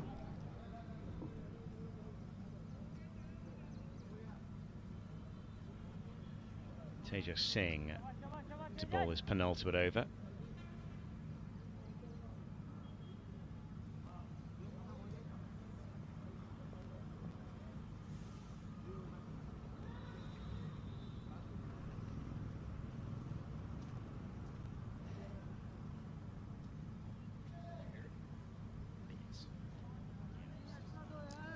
You often don't see a slip in the 19th over in a T20 match. And look at the turn. Given wide. Extravagant turn again. Back-to-back deliveries. And you can see the drift. The ball is going in, pitching, and going out. A sharp turn. Pushed away on the offside. They'll get a single, and it's a comfortable bit of work. Nice run out, and that will finish proceedings. And well, it's been a bit of a horror show, and the THCA 11 from Dhaka have been bundled out for 77 in 18.1 overs, and it's just been a bit of a nightmare from start to finish for them. Yeah, like I said, they should have played the whole 20 overs. They could have gone 80 or 85 even. A very disappointing batting by the Dhaka boys.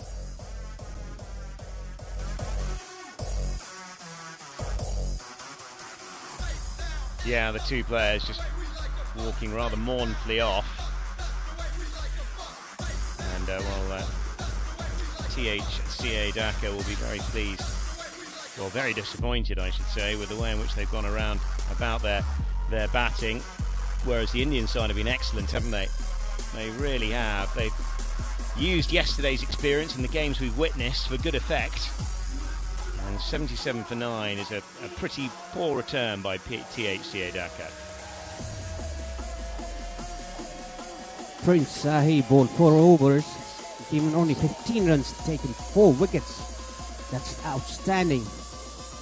Tejas Singh, 3 overs, 12 runs, 3 wickets. Nitin Ram, 3 overs, 12 runs, no wicket. Saim Hassan, 4 overs, 18 runs and 1 wicket. The bowler of the day is Prince Sahi, who took 4 wickets for 15 in his 4 overs. Brilliant. And again, like yesterday, a story of the left-handers. Exactly, I mean the left-arm spinners. And we have seen so many left-arm spinners. Let's look at the run out again. Easy run out. Yeah, it was a very nice bit of work from Verpin Chandra, who swooped, picked up, demolished the stumps, and brought this innings to a conclusion on just a 77. It'll be the change of innings. And, well, I think the UP11 side, I'll just have a little look at the highlights, and that was the first shot down the ground. That was a lovely pickup, actually, and the ball just stood up, as it often does in the early stage of the game. That was another nice blow down the ground as well. These are very much the highlights. Got a sweep away back with a square. That disappeared as well. There are no maximums in this innings. Only 4s and limited 4s, I must say. That was also hit pretty well.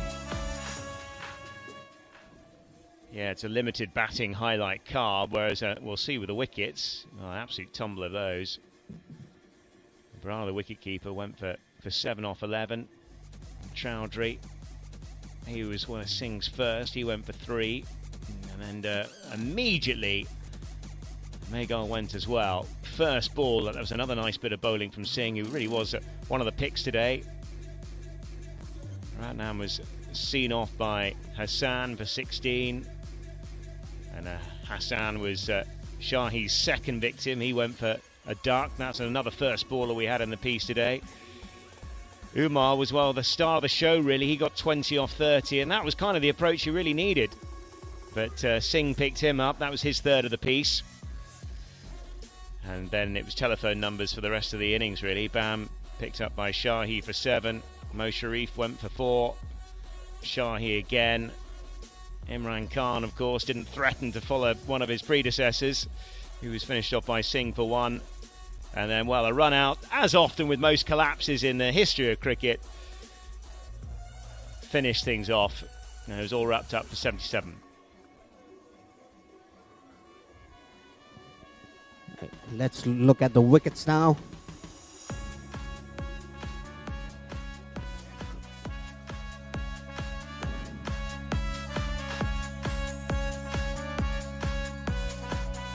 That was a slightly controversial caught behind we just saw. And then just, well, an array of, most of the shots just suggested that the pitch was misread from the off, really. And look at his head. It's looking at the sky. I think he's searching for a plane or something. Yeah, there are some, I mean, there are more wild yahoos here than in a fistful of dollars, Paresh. Yes, exactly. And look at that. The ball stopped on him, but he was already committed to the shot. A very good armour here. The batsman couldn't read it. Yeah, the lefties stuck their guns, didn't he? The left arm was ball absolutely superbly. And yeah, the UP11 looked very, very disciplined. And yeah, that run out just to finish things, proceedings off. A very disappointing way to finish, it's safe to say. And looking at these bowling figures again, Sahim Hassan with 1 for 18, relatively expensive at 4.5. Divya Prakash Singh bowled nicely, actually, 1 for 8 off his 2. And then down at the bottom where the major damage was done, Tejas Singh 3 for 13 off 3.2. Say those figures any day of the week. And Prince Shahi was absolutely superb as well, 4 for 15. Those are lovely figures, aren't they, in T20? Yeah, 4 for 15. Yesterday,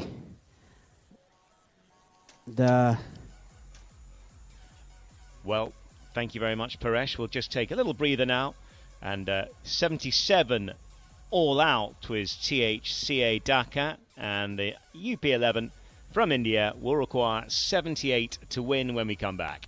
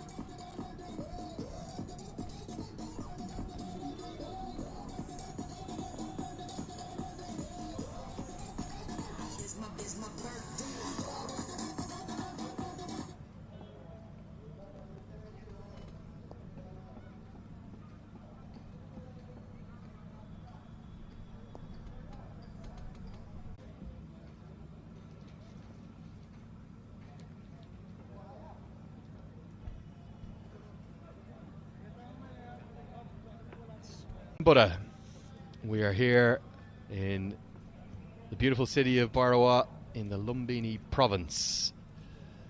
And we have game number 3 of the Fantasy Akhada Pro Club Championship. It's the battle of the 2 overseas sides that have come in. We have the Bangladeshi team taking on one of the 2 Indian teams in this tournament. And the Uttar Pradesh 11 have dominated this first innings as the wind blows across the ground and gets stronger. Bowling out their opposition for just 77, the side from Dhaka, who won the toss and chose to bat first, remarkably. It didn't work yesterday morning for the Malaysia 11, and you'd have to think pretty strongly that it's not going to work today for the Talent Hunt Cricket Academy of Dhaka. For the Uttar Pradesh 11, they were excellent with their spinners, and they took wickets throughout the innings before bowling out their Bangladeshi opposition for 77 in 18.2 overs. And there'll be Abidor Jaman Kaif, and they're going to need early wickets. Andrew Leonard here alongside Johnny Barron to get this chase going, and a pleasing start for the Uttar Pradesh side. Is this going to be as comfortable as it appears to be, Johnny?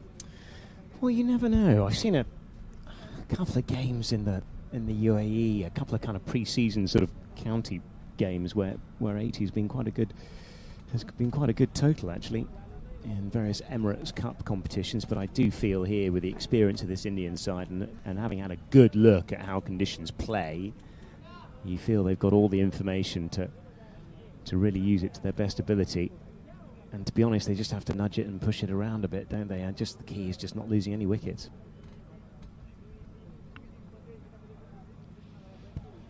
Yeah, there's going to be no scoreboard pressure of any kind. It's 4 and over required. And I also wonder how much seam we're going to see in this innings, because it was just the 2 overs right at the top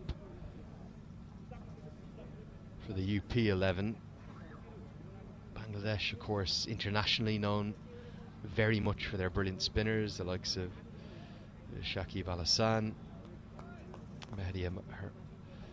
Mehdi Hassan Miraz, who's having a great start to his career.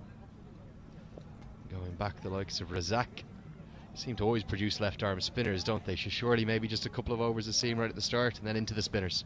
Yeah, I don't think we'll see a great deal of this, to be honest. We only saw a couple in the first innings of the match. The UP 11 had the ball in hand. I don't think that we'll see a great deal in the second game of the match. Yeah, plenty of turn on offer. Just day 2 of the tournament, and I think some of the spinners are in their land of dreams here. It's the land of Buddha, all right, but it's the land of delightful dreams for any spinners. Swing and a miss, just back of a length. It's a pretty comfortable and confident looking Indian bench on the sidelines there. Yes, and well might they be, to be honest. It was a perfect set, really. Didn't even need the entire set. But combination of a little bit of experience, a bit of lack of experience from the Bangladeshi side. Some fairly poor stroke making as well. Full, driven straight back to the bowler. He feigns the throw. How much do you think the local conditions and you know, the short preparation times that sides have to come in here plays into the lower totals we're seeing so far? I think it's a combination, isn't it? I think getting used to conditions, knowing local conditions, or not knowing local conditions always plays a factor. I don't think the surface is a belter by any stretch of the imagination either.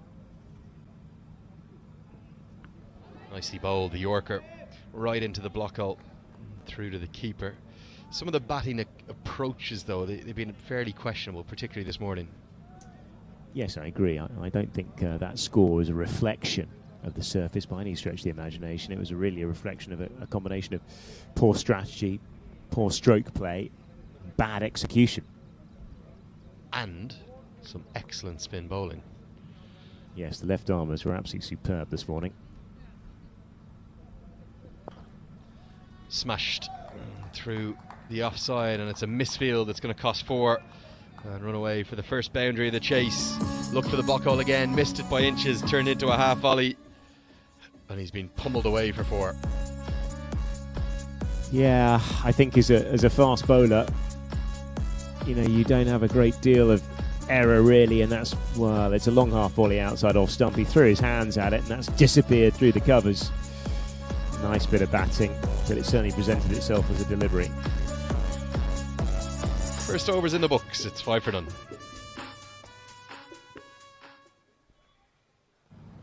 Well, that's kind of the start they need really, isn't it? Just 5 and over will get them there very comfortably. One thing you don't want to discount though, with the format of this competition, 8 teams, the top 2 in each group go through to a semi-final. An absolute nerd when it comes to net run rate, Johnny. I love net run rate. Loads of people don't understand it, but it's actually very simple. The bigger the margin you win by, the greater the net run rate impact to the positive, or also to the contrary, if you lose, the greater the negative impact. So I think the Uttar Pradesh 11, they're going to want to consider their net run rate within this chase. Obviously the most important thing is to get the 2 points, get the win. But if they can get it in really quick time, let's just talk through a hypothetical situation where the Dhaka side ended up losing all 3 of their matches, but the other 3 sides all won 2 games apiece. They all lost 1 game to each other. You would have 3 sides tied on 4 points apiece at the top of the table, and then the key kind of tiebreaker is that net run rate. So they've got a real opportunity here at Uttar Pradesh, not just to take 2 points, but also get a big net run rate boost and heighten their chance of going to the semi-finals. The top 2 in each group advance to the semi-finals. First in Group A will play second in Group B. This is the first action in Group B you're watching here.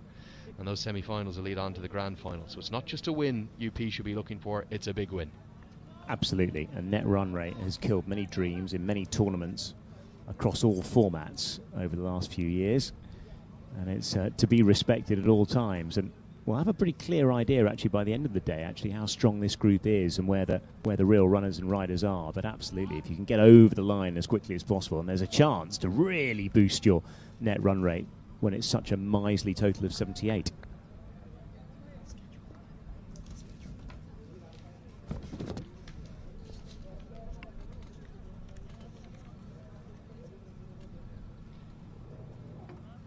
We seem from both ends to continue. The big hitting Raj Bam just starts wide outside the off stump, and yeah, I think of the domestic team, certainly the Nepal Army side and the Armed Police Force side, we were running through their squad lists last night that we received, Johnny.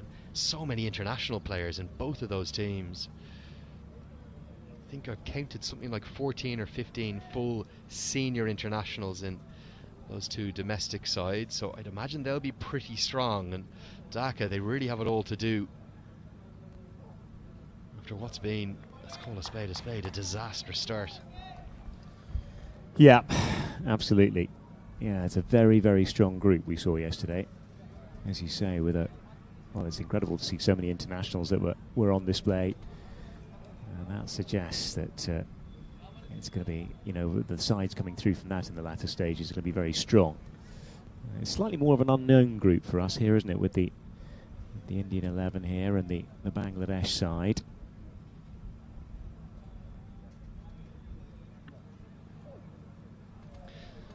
Movement and significant swing outside the off stump is going to be costly with another wide. Very strong action, but just kind of falls away at the last second, and that's why it's tailing away so significantly. Yes, I guess with the tail away in his action, he's got to get very tight to the crease, hasn't he, to try and get stump to stump. Certainly shape though, using the conditions as well, in terms of that breeze going from right to left as we look out across the ground. And Johnny, the alternative is if he doesn't get stump to stump, he needs to get his run up a bit wider. The moment he's kind of in between. So he's ending up with that action that naturally falls away to his left. And you can see his head position, it falls away. So that's driving all of the ball in the direction of that ball away from the right-hander. Because he's running through not stump to stump exactly, he's not going Glenn McGrath and tight to the stumps. And his run-up's quite straight. It ends up being a difficult delivery to the right-handers to control. I think maybe his coach might look at getting that run up maybe 4 or 5 yards wider to start with, and if it came wider and then ran through the middle of the crease, What you want as a bowler, you want all your body weight going towards the top of off stump, and that's not what he's doing at the moment. Another wide, repeating the point. Yeah, tailing away, as we see on that occasion. Now, it's an extravagant swing, but it's not going to do any danger, and you can see it's just outside of that blue tramline mark that gives us that critical guide and gives the umpires a critical guide. And if you're wide of that, well, you're going to get punished every time, and that's just one legitimate ball in the over thus far. There's so much talk about batting and head positions and the importance of that in batting, but your head position when you're bowling is critically important. You need to be balanced, you need to be level, the point of approach and the point of release, and such are the problems that Raj Bam is having here. He's going to come around the wicket, which is something you really don't see too often from a right-handed bowler to a right-hander. And again, wide outside the off stump, but he's picked up a wicket. It was short, it was wide, it was there to be hit, but just a feather of an edge, and the move to around the wicket has worked, and doesn't he love it? The first breakthrough for Dhaka. Well, the change of angle, as you pointed out, was by default and by necessity, really, than a change of a tactics. He's gone close to the crease, he's pushed it wide a bit, and he's slashed away, and it's, well, a comfortable take from behind the wicket, and that's the first one to fall. Not a great piece of cricket all round, to be fair. I just wonder would that have been a wide, actually, if he'd left it alone. Maybe the frustration with the ball being hidden away by Bam has brought that rather flawed stroke. So the first wicket falls for Uttar Pradesh. Short, wide, good outside edge, and you could see from the reaction of the batter, he knew he hit it, he was already walking. Just half a look back to the umpire. And the score in the second over, it's 8 for 1.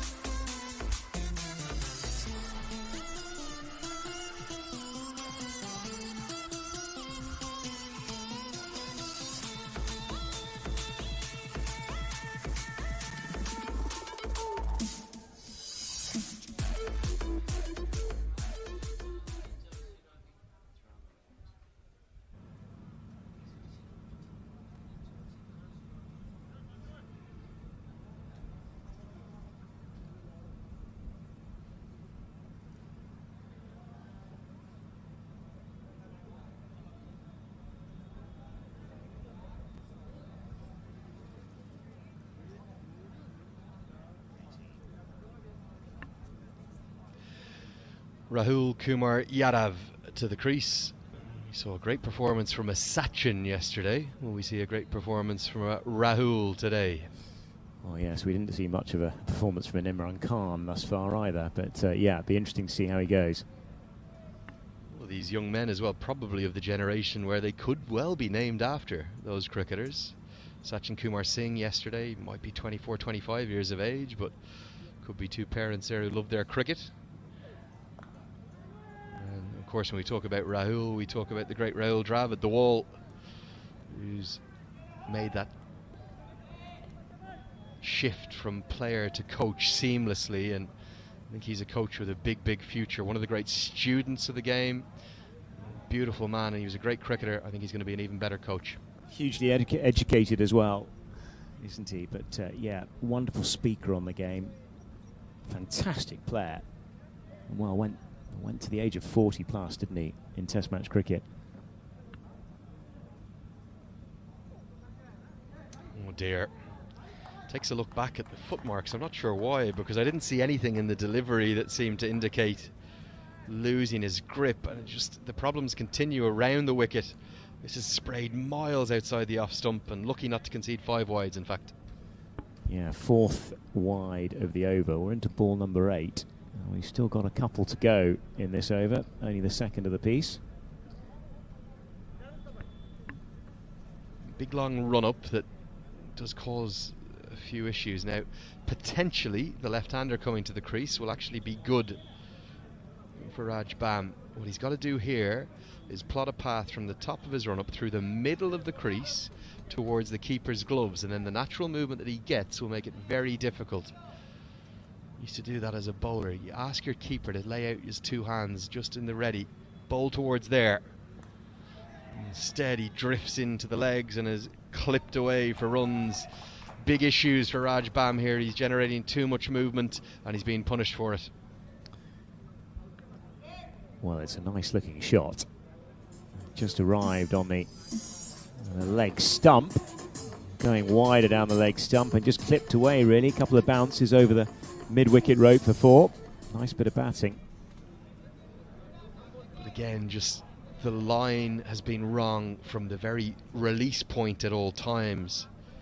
So you go back to look at the top of his run up here. He's got a picture the wicket-keeper's gloves well outside the off stump, right out there. That's not what he's doing at the moment. Problems again, more wides.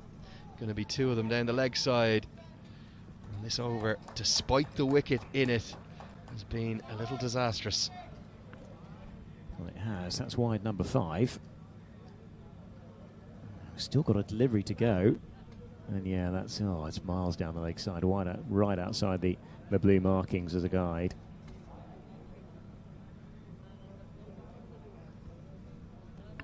Not easy. Straight off a plane just 48 hours ago into new situations. Our graphics team's being tested. 1, 2, 3, 4, 5 different wides, 2 of them being 2 wides. This over's gone for 11. It's about to have the 11th ball bowled in it. Obviously you need to get to 6 legal balls to close out any over. He'll continue around the wicket to the right-hander. And that's short and wide and has to be signalled wide. We'll have a 12 ball over now. Scrappy start from Rajbam, it's safe to say.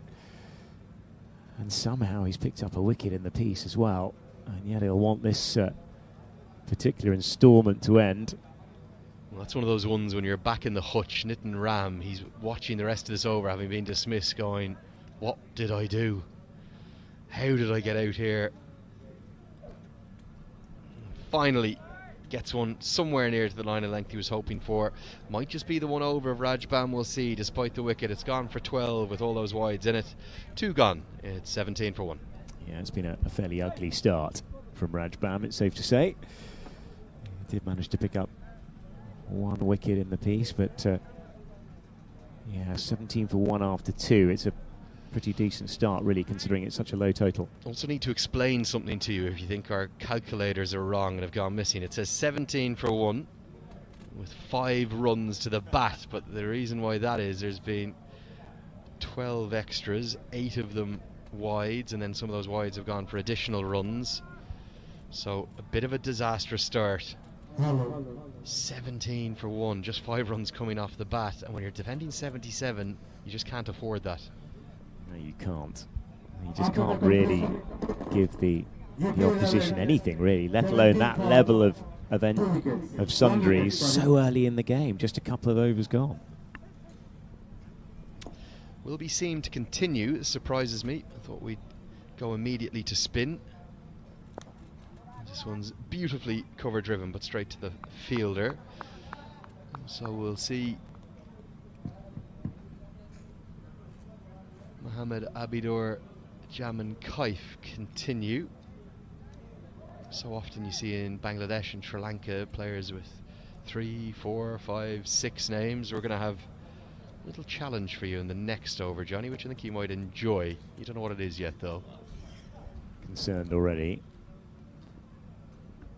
Swing and a miss. And for those eagle-eyed amongst us who love their cricket, they'll know that one of the regulations in the game, in white ball cricket, in fact even in test matches now, you can't have 2 players on the same field with the same shirt number.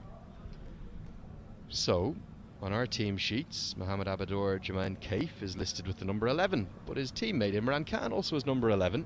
So take a look at this. Have a look at the back of his shirt and see if we can get one of our cameras to focus on the back of the bowler's shirt as we see the diving stop. Let's just see if we can see his back in a moment, because you're going to see some handiwork going on here. I think I've spotted it, Andrew. Well, I think there might be an additional digit involved. Is that right? Come on, AP1. There we go. Stay on that one. Go back to that one, please, guys. Show us the back of his... Oh, not that one. Show us the back of his shirt. So come behind the bowler's arm now and show us the back of his shirt. Let's take a look at this. Handy work from the team management. Mohammad Abidor Jaman Kaif. He started out as number 11, but as we go behind the bowler's arm, there it is. 1, 1 and 1. He's turned 11 into 111. And that's what I'd describe as thinking cricket, Johnny. Clipped away for 4, poor delivery, looked for the leg stump Yorker, Uttar Pradesh in complete control. Well, that, I'd imagine, is a bit of white gaffer borrowed from the production crew, isn't it? That's where that's come from. Always handy, as that struck away for 4, and very handily done as well. Just on leg stump. Disappeared. Yeah, so great quick thinking from the Dhaka side, so they didn't have to get a new jersey printed. Not 11, it's 111. And a boy, Mohammad Abidor, Jamin Kaif. Really surprised, though, to see the Dhaka side continue with seam, given the struggles for both Kaif and Bam. They haven't quite hit their areas. And you can see they're brilliant at tape work. Call it, what do they call it? Masking tape back home, I think. Nicely bowled. Big appeal, probably combination of height and line, maybe just allowing that one get down the leg side, and Vinay Kumar happy to signal leg buys. Well, I reckon there are 2 sources of that tape, 2 potential possibilities. One will be the production lot, or possibly the physio as well. He might have had a bit of rock tape just dispatched from that box of his. Well, our AP1 HD crew, they're not just hard working, they're generous in spirit and in nature. So maybe it might have come from the production crew. We'll see if we can find that out. They'll have got all sorts of tape here to set up this lovely stadium in Barawa for this broadcast for all the games are going to have. This one's chipped into the sky, should be safe, and a couple of runs to the total. Just over the head of the mid-wicket fielder. We got 17 games in 9 days, 2 games every day, with the exception of the grand final, which is Saturday. And it's time now, as we come to commentary cam, Johnny, get to the end of the 3rd over, 25 for 1 for your challenge. This is unprompted, everyone. He has no idea what's going on. We were talking about Bangladeshi cricketers with 3, 4, 5, 6 names. I want to talk about a Sri Lankan cricketer, Chaminda Vass. Everyone knows Chaminda Vass, the great left-arm seamer, but I've got his crick info page up here for you, and I want you to pronounce his full name. Away you go, Johnny. Simple, easy peasy. Warankalula Suraya, Patabenji Usanta, Joseph Chaminda Vass. Pretty close, actually. It definitely wasn't. It definitely pretty close. wasn't. I'll give you the David Lloyd version. Yeah, the Bumble story version. From this.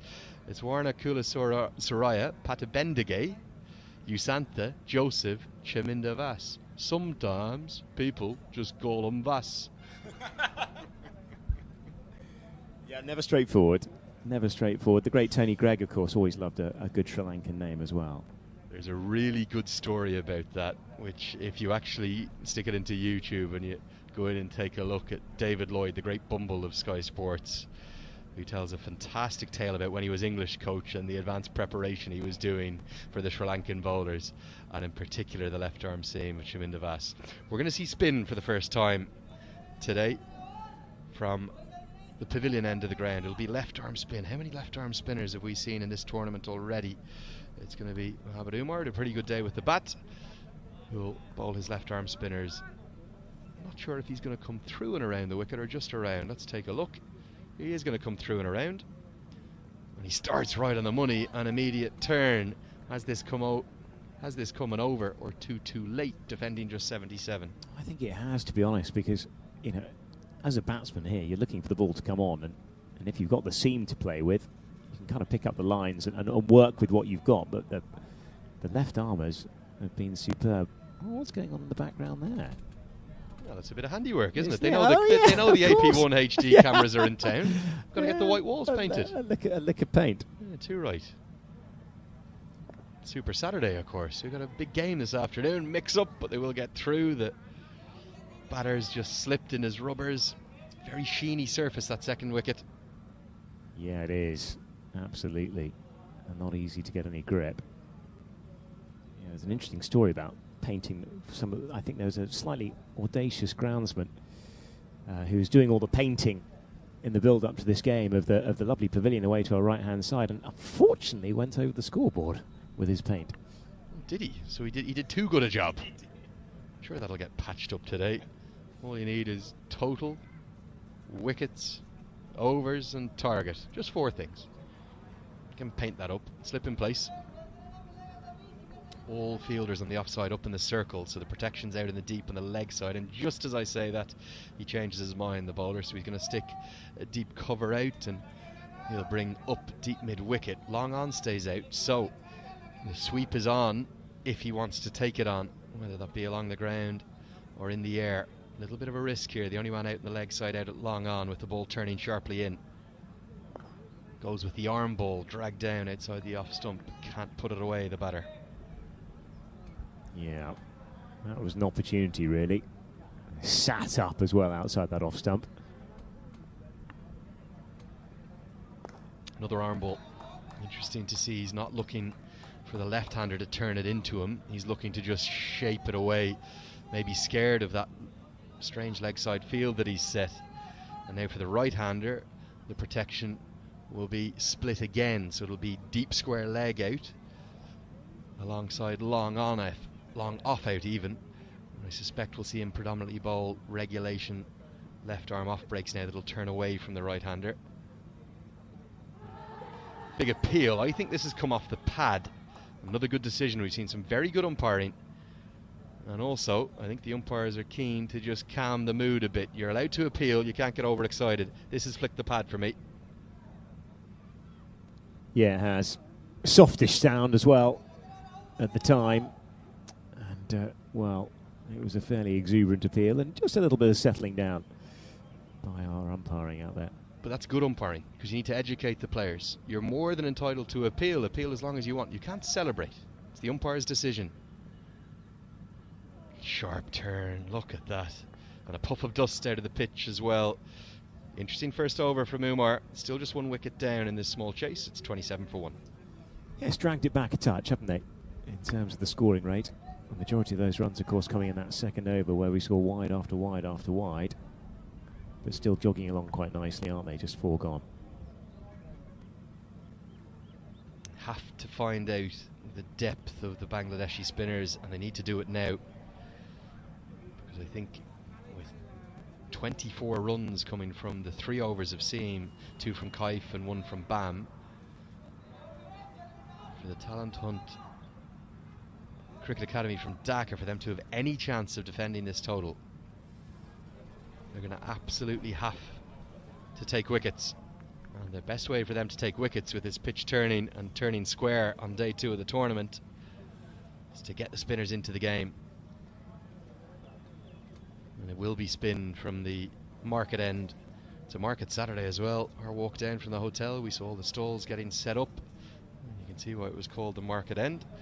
The slip's going to be in place, quite a deep slip. I think it's going to be right arm off spin from around the wicket. It's the skipper himself, Musharif. Starts with a real loosener. It's as poor a delivery as we've seen all tournament. Not what you'd expect from the skipper. Well, it's a horrid delivery.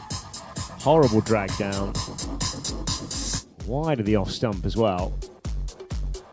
And just, well, pounced on, understandably. And, well, the ball has disappeared under the covers by the look of it. Might struggle to get that one back. We lost a few yesterday. I think we lost about 12 balls in all yesterday.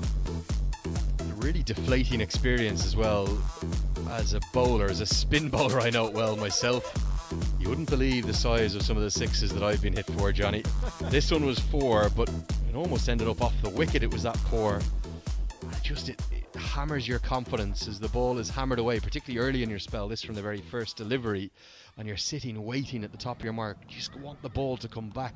You want to rush and bowl the next ball. What I learned throughout my career was to take more time. So at the top of the mark now, the bowler should just take a breath. He's going to be panicking internally. The heart rate will be raised. The pulse will be probably throbbing. He knows the TV cameras are on him. His family will be watching back home, no doubt, on VU Sports. But just take a moment. That's good experience. Take a moment. Compose yourself. Just try to land it on a length. Get back into your spell. It's more like it. Yeah, absolutely. Getting it up there, getting it on a length, that's the key after that horrendous drag down the first delivery. Hopefully we'll get himself back into this spell now. Yeah, and for the Dhaka side, they just have to keep believing that strange things can happen, particularly when the ball's turning square. I would like to see a more attacking field myself, and fielder's kind of running everywhere at the moment. Not sure who the captain of the ship is right now. He's going to go with a 5-4 offside field. He's keeping men up in the circle, but no slip in place. There's only 2 fielders outside the circle. That's deep extra cover, deep backward square leg. And right on the money. Yes, it's a split field, isn't it, either side, with the cover men deep at deep square leg and deep extra cover, which kind of suggests he's not particularly confident about which side of the wicket he'll be bowling.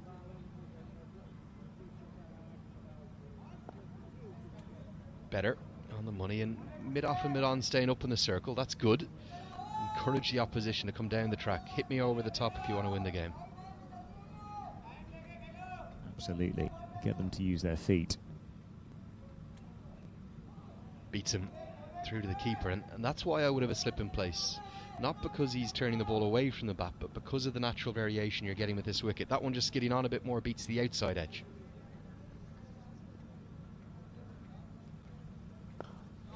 It's exactly the bait that he wanted him to take, but he's got it all the way for 6. Quick use of the feet from Yadav. Probably the shot of the day so far. Almost to the pitch of the ball, not quite, but a full flourish, an extension through the line, and he hits a maximum. It does indeed. So just a quick skip down the track, isn't it? And it's firmly struck. And not a massive 6, just landing probably a couple of feet over the rope, but it's a good one. Nicely placed and nicely struck as well. And just at the end of the over, there'll be a commentary change. Andrew Leonard will be off, and Paresh will be back joining us. After the completion of 5 overs, UP 11, 38 for the loss of 1 wicket.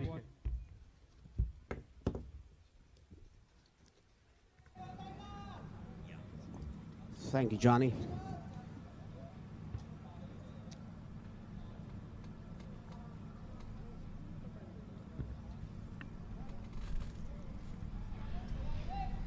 Well, 38 for 1 after 5. Yes, Tony, well, Paresh, aka Tony, is next door to me. Paresh Lahani, former captain of the Nepal team.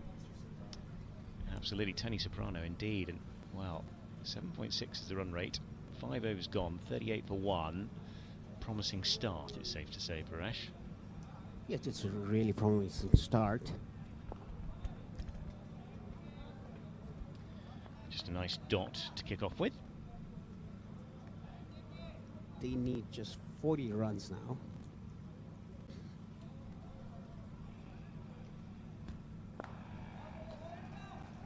Almost home to hose. They'll get through for a single, and yes, what Andrew Leonard was talking about, that net run rate could be a real factor. Often is in cricket, isn't it? It's football, it's goal difference, but net run rate is the big decider in cricket, and a swift win today would be quite handy. Yeah, it'll be pretty handy for the UP 11 if they win with a bigger margin. With how many overs to spare, how many balls to spare, that is what they'll count. Yeah, that's the key. I'll get another they'll think about a single chance for a run out here. Oh, bit of a yes, no, maybe. Brilliant work by Umar. Batted pretty well early on with the ball, almost affecting the run out, but wasn't quite to be. Yes, they were a bit of a yes or no in the middle. But the 2 fielders couldn't get the ball on time. Yeah, just a single off the over so far. That target 78 is not a million miles away now. Down the leg side, that'll be another wide for the piece. Oh, we've had a few of those, haven't we? It's been a pretty ill-disciplined performance thus far, Paresh. Yeah, Bum bowled a very bad over. Even he took a wicket. But they are bowling either side of the wicket. The leg side, offside. That's where he wants to be, isn't it? Outside that off stump, forcing him to play in the covers. That's the one way where you can get a little bit of control. Yes, and the ball stayed a bit low as well. If ball's at middle off, if the ball stays low, it's cut away quite nicely, only to the man at backward point, but yeah, we saw all the way through the first innings actually that all the left arm is just sticking it in that sort of no man's area outside the off stump is the key, and kind of let the natural pitch and the conditions do its work. and Optimistic. yeah, and he's bowling to his field. After 6, it's 40 for 1. Yeah, we're just seeing that LBW shout again. It was probably missing another square, I'd imagine, let alone another set of stumps, Paresh. Yeah, it would have missed the 6th stump as well.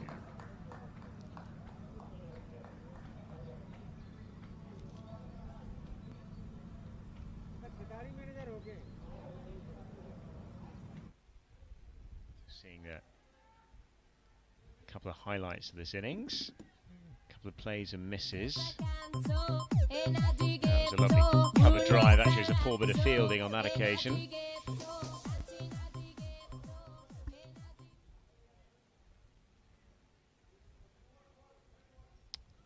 Yeah, very wide and loose, actually, largely through the early stages. I think 6 wides in that over, but on that occasion it was just got a little bit of a tickle, and then just a little nudge up and over the leg side. Not of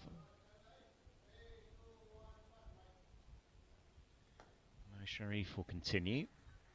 Just a nice single down the ground. It's a very interesting field for the left-hander. The boundary rider is only on long on. There's nobody on the square. So he's enticing the batsman to go for a sweep shot. Yes, he is. Yadav on 11 off 16. Mo Sharif is, well, no wickets for 12 thus far on his 7 balls so far. Mo Sharif, yeah. And again, there is no sweeper cover as well for the right-hander.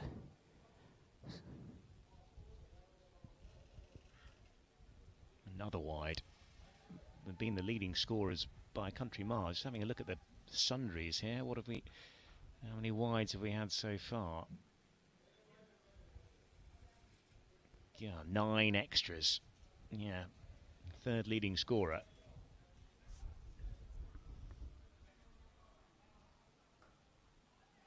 Punched off the back foot and punched off the back foot very nicely. That will run away for 4. Nice bit of batting. Need a little bit more cover in that area, really. Yeah, like I said, for the left-hander, he hadn't had anyone in the square of in the boundary, only the long on. And for the right-hander also, long off, and there was no sweeper ever whatsoever. And there was beautiful foot punch on the extra cover for 4 runs.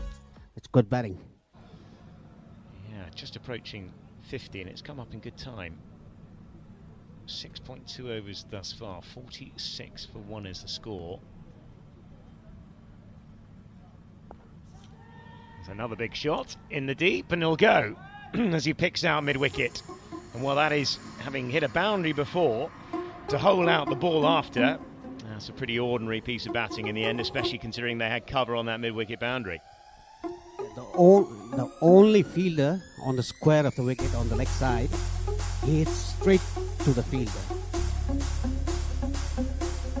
Look at the replay again. Straight.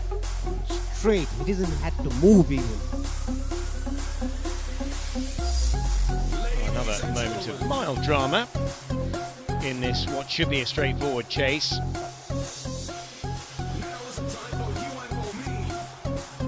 He's hauling it from outside off stump, so he's got a lot to do, and it's a very comfortable catch in the end. It's just 2 down, isn't it? 45 for 2 now.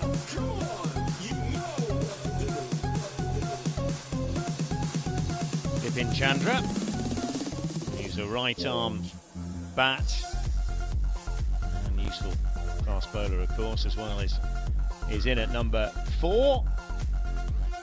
Bunted up the order, given a nice opportunity today. What should be, you'd still feel, a fairly gentle chase. Just 33 required, and there's plenty of time. Yeah, talking about UP11, the coach, Akash Gupta, he played for Nepal, the national side, and we've toured in 2 tournaments. Yeah, what an opportunity. Absolutely.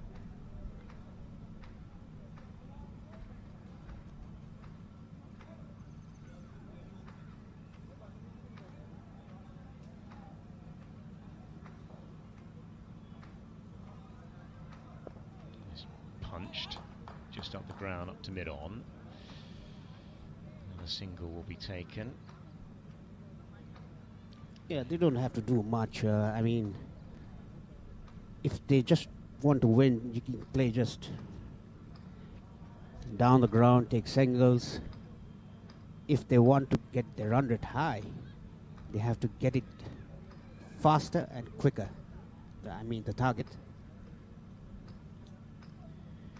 Yeah, that is going to be the key, but they'll still, when you feel with good comfort to spare. Still a wicket off this over thus far, and 5 conceded. Just driven straight up to mid-off, and that's neatly fielded. And end of the over. Well, the UP11 are 46 for 2 and 32 runs required off 13 overs. A relative doddle, I feel. Yes, exactly. Yadav made 15 of 19. Ram 1 of 4. Singh is still there, 15 of 13. And Chaudhary 1 of 1. I think these 2 will finish it off, in my opinion. Yes, I think they got every chance. Without a shadow of a doubt. Kumar will continue. He's bowled fairly tidily. Just the 3 runs conceded.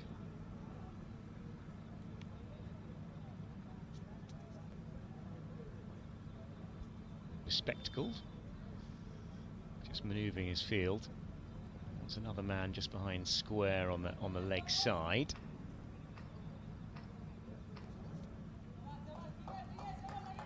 That's where to bowl, isn't it? Outside that off stump. Ball turning away from the right-hander. Yeah, and the length is the key. I mean, line and length, that is the key. To just stop the batsman from hitting. Don't give him room. Worked away on the onside. So Paresh, what do you think in the aftermath of this, what we feel will be a fairly gentle win for the UP11? What do you think the Bangladesh side have to go away and do in the build-up to the rest of the tournament? They have to bat well. They don't have to, I mean, slog and get out. They have to play positive cricket and stick to the basics.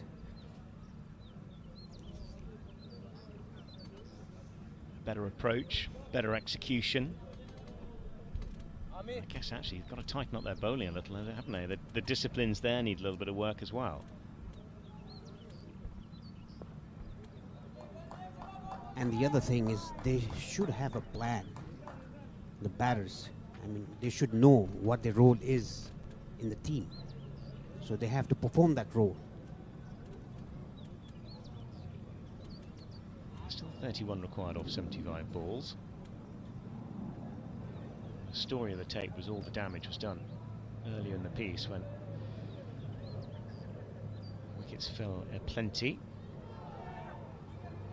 Just coming back over the wicket now, Umar. Change of line of attack for him. Yeah, he looks like a smart bowler. Anyway, there's a left-hander. Left arm, he's going to come over the wicket. Swept away. Swept away nicely. There is a man back on the rope down there at square leg, so they'll just get through for a single. Ticks along. Singh going quite nicely on 16 off 17. A runner ball will see these guys comfortably home, it's safe to say. Kumar has bowled pretty well. 2.5 overs, none for 6. 30 off 73 required. the off stump, and a nice bit of work actually eventually in the covers will prevent a single. Yeah, 8 overs gone so far, or 8.1.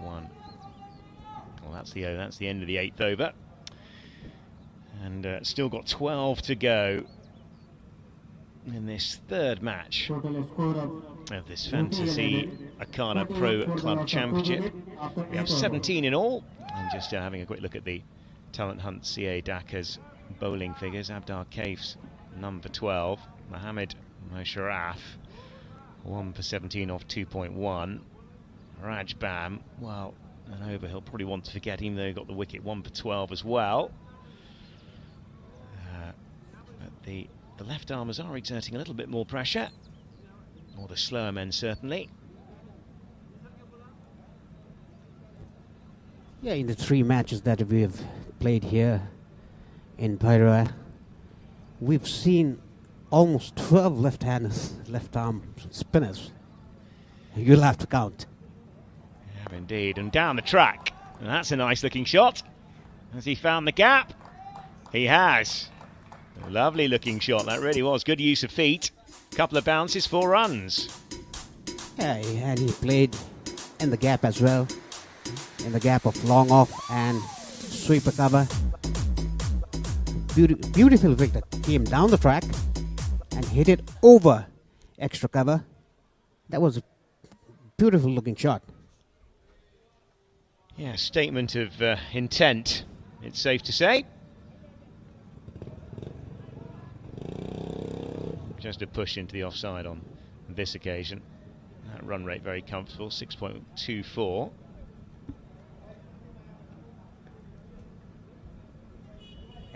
He didn't go across, he just played through with a straight bat. Wide of us off stump and waited for it and slashed it away on the offside, and that actually is the approach here, isn't it? I think what's been a little bit more impressive by the approach of the UP11 is that they've been prepared to wait for the ball, play the ball under the eye line, play the ball as late as you possibly can. That's the critical thing to do in these conditions.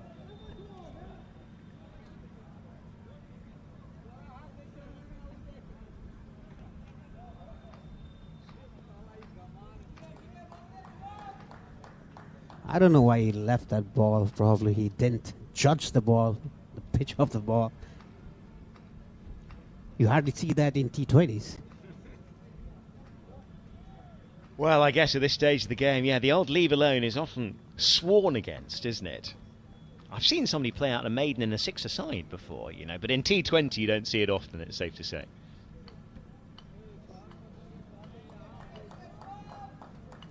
Yeah, just a push to finish up over number 9. 53 for 2, run rate 5.89. 25 required, plenty of time to do it, and yeah, the economy rates you see. Abdar Kaif has been 6, Mohammed Musharraf 6.95, of course Raj Bam went for 12, and lack of control was always going to, I mean, lack of wickets was going to be a problem, but the lack of control has really been the thing that's let this THAK side down. Yeah, like about Raj Bam when he was bowling wides. Like Andrew mentioned, that his head was falling. That is why the ball was swinging away, far away from the off stump.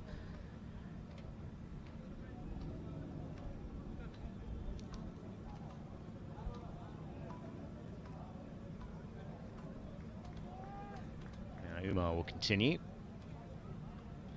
He's bowled quite neatly actually. He's been one of the picks today.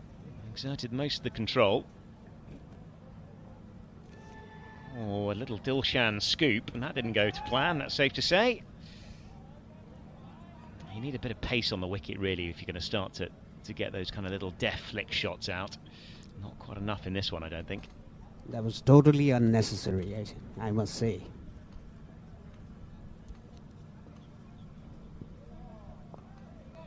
Yeah, very watchfully just playing it into the onside. 25 in 65 balls, but it's probably the least exciting of the 3 games we've had so far. The two yesterday were 2 good games of cricket actually, played by 2 very competent sides. Single taken, comfortable single taken. They go up the run out, but I think they have gone upstairs. I felt that was pretty close. Sorry, pretty not close, I should say. It's the words I'm looking for. But it has gone upstairs. So let's have a little look. Yeah, that was a cheeky single there. Smartly done. I think he's home. Yeah, he's definitely home. Almost crossed the stumps. Yeah, the only thing he was perhaps guilty of was not running his bat in. That could have cost him, but no, he's comfortably home in the end. You do need to run your bat in. That's almost the first thing you learn at bat school, isn't it, Paresh? Yes, exactly. Just slide the bat. Don't just drop the bat in on the crease. Well, 25 off 63. 24 off 63 is now the equation.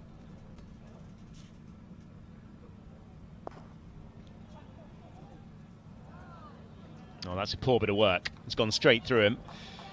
And run down for 4 runs just below us. Not the greatest bit of fielding, it's safe to say.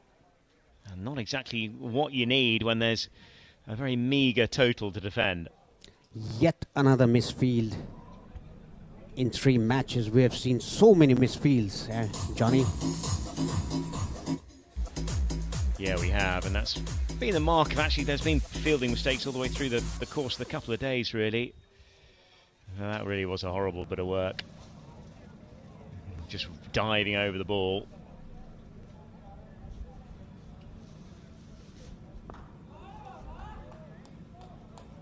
Worked away for a single. And at the end of the over, and there'll be a drinks break to follow as well. After 10, the UP11 are 59 for 2, and the target is 78, so they're just 19 runs away. Oh, we have another. Sorry, we've got another. There's another. Oh, I think that is over, or is it over? No, I think I'm a little ahead of myself. So there is one more ball to go. Ooh, down the track. It's a horrible looking shot, and it's, well, runs away down through fine leg, and it'll go for 4 as well. And, well, that's the kind of the perfect finish, really, as far as the chasing side is concerned. That score will go up to 63 for 2. Yeah, in Nepali there's a saying, anyhow run manao. That is what UP11 is doing at the moment. No drinks break. Commentary change, 63 for 2. Oh, there is a drinks break. They're coming onto the field of play, but we'll have a commentary change anyway after the drinks break. Andrew Leonard will come and join us in the commentary box.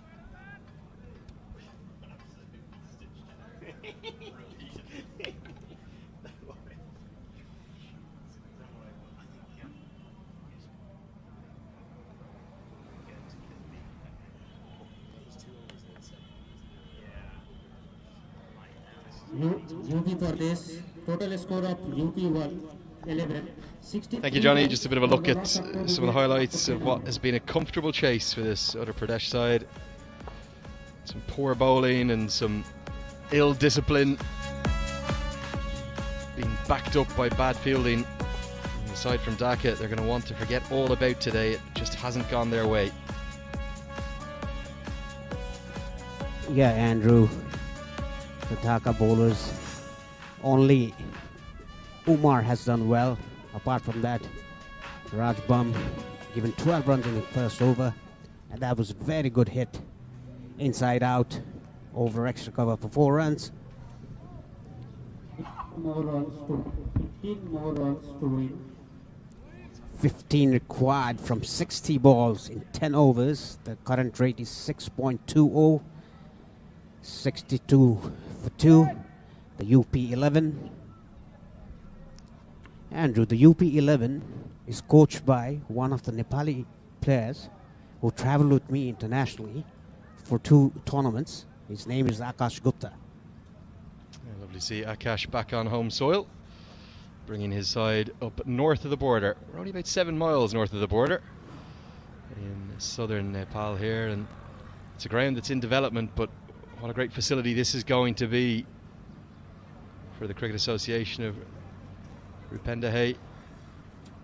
I think the Dhaka side are going to maybe roll the dice and have a bowling change straight after the drinks break.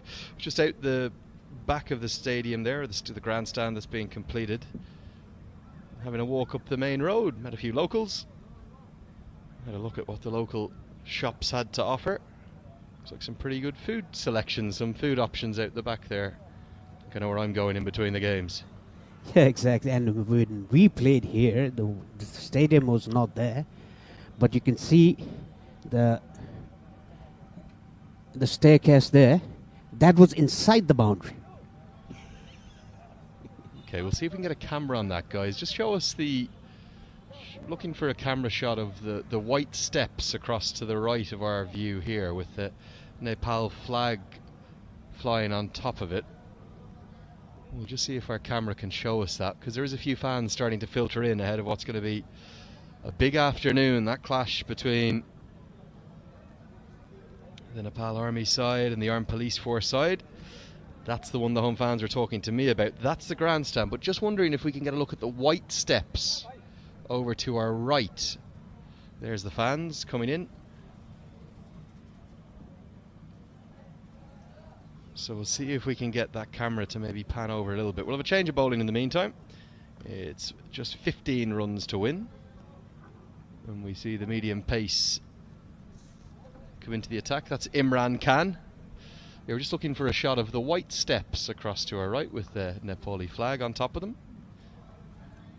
And we'll see if we can take a look at that in a moment, maybe at the end of the over, see what Paresh was talking about. Imran Khan, a big name, and he's a medium pacer too, but Imran Khan was quick. Oh, umpires nearly cleaned him up. I think the great Imran Khan was just a couple of yards sharper than the Talent Hunt Cricket Academy of Dhaka's Imran Khan. I reckon Imran Khan, even though he's the Prime Minister now, would get it down even a bit quicker than this Imran Khan. He was rapid back in the day, the former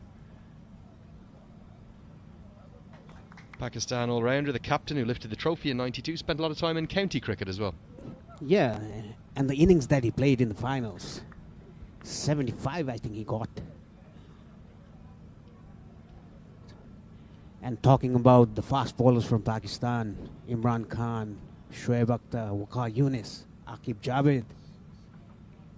Left out Wasim Akram. What's Wasim done to you? I was about to say his name. Worked away behind square on the offside. Should be not just a couple, but should be a boundary. And nice stroke play, just using that little bit of extra pace. We've seen the medium pacers and the quick bowlers. They've tended to be very costly. It's been spin to win here, but this game, it's a long way gone for the side from Bangladesh now. The timing was immaculate. He just guided the ball. Yeah, rode the bounce nicely and used the full face of the bat. The third man fielder was very fine. He's got a little squarer now. It's the leg cutter, so the change of pace will be worked down to that third man fielder who's at the probably more correct angle. Very difficult though, with just 10 to win. Guts of half of the overs left to bat. This is not just going to be a big win, but it will be 2 points and a big net run rate boost too. Yes. And talking about fast bowlers, international fast bowlers, earlier in the 70s or 80s, Malcolm Marshall from West Indies, Patrick Patterson, Joel Garner, his height. Yeah, Curtly and Courtney, of course, Curtly Ambrose and Courtney Walsh, those great friends, the great pairing that they made up, the Antiguan and the Jamaican. It's what first got me into the game, actually, watching the West Indies in the early 1990s. Malcolm Marshall, yeah, he was brilliant, wasn't he? The only short one of them. The rest of them were all 6'4", 6'5". Malcolm Marshall was 5'5", and arguably the best of the lot. This one's hit down towards the long on fielder. It will just be a single. Do you see a way back into the competition for the side from Dhaka after such a devastating defeat on the opening day of Group B? Well, they'll have to work out on their approach for the next game. The coach has to talk to the batters, because the bowlers, they have done a pretty decent job.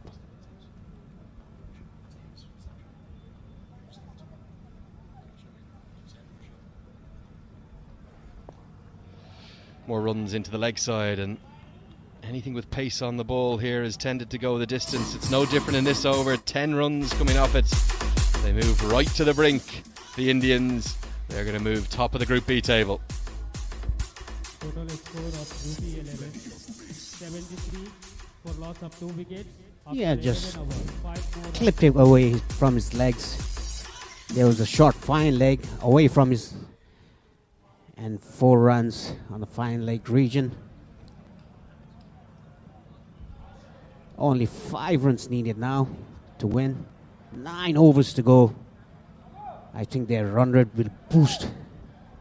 They'll be on top at the moment in the points table.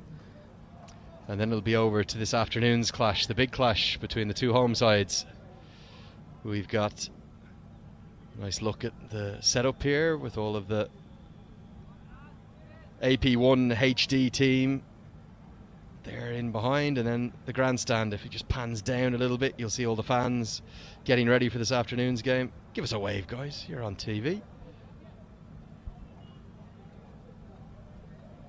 Just 5 runs required to win. And it's going to be a pretty comfortable victory. Of course, we have 2 games every day during the initial stages of this competition, just the 1 game for the final. And with 4 to win and over an hour to the next game, our second game being at 2 o'clock, you'd expect a pretty good crowd coming in for the second half. Yeah, it being a holiday today as well. Nepal Army is playing against Armed Police Force. And listen to some of the names we're going to see in action. Pradeep Bairi, Nandan Yadav, Bhuvan Karkis, Sundeep Jura, Abhadesh Bahara's in the mix as well. Lokesh Bam, Kishore Mahato, Rit Gautam. Lots of talented cricketers. That's the Armed Police Force names to watch. And what about the Nepal Army side? Let's have a Quick look at single taken, very well done by these 2 batsmen. 3 runs to win now. And listen to some of the names here in the Nepal Army side. Binod Bandari. We saw Rohit Paudel here yesterday watching the game. Sampal Kami, Bim Sharkey, Kushal Malla, Bikram Saab, Rajesh Pilami, Magar, Shahab Alam, the left arm spinner. He'll enjoy the conditions. And Jitendra Mukia, who got back into the national team there in Oman. Lots of stars going to be on show this afternoon as the very best of Nepali talent takes on the sides from India, Bangladesh, Malaysia. Here in Bairoa, but this afternoon it's going to be an all-home clash. Who are you backing? Do you think it'll be the Nepal Army or the Armed Police Force? Because I'm backing Armed Police Force because I have a reason. I've played 5 years from that club. Tell me that you don't have a gun then, do you? It's at my home. Oh God, that's disconcerting. I never knew this. Thank God it's at home when it's not here with us in Bairoa. Nicely bowled. He's bent his back that time, and first time we've seen some real carry come through. Raj Bam's second spell has certainly been better than his first.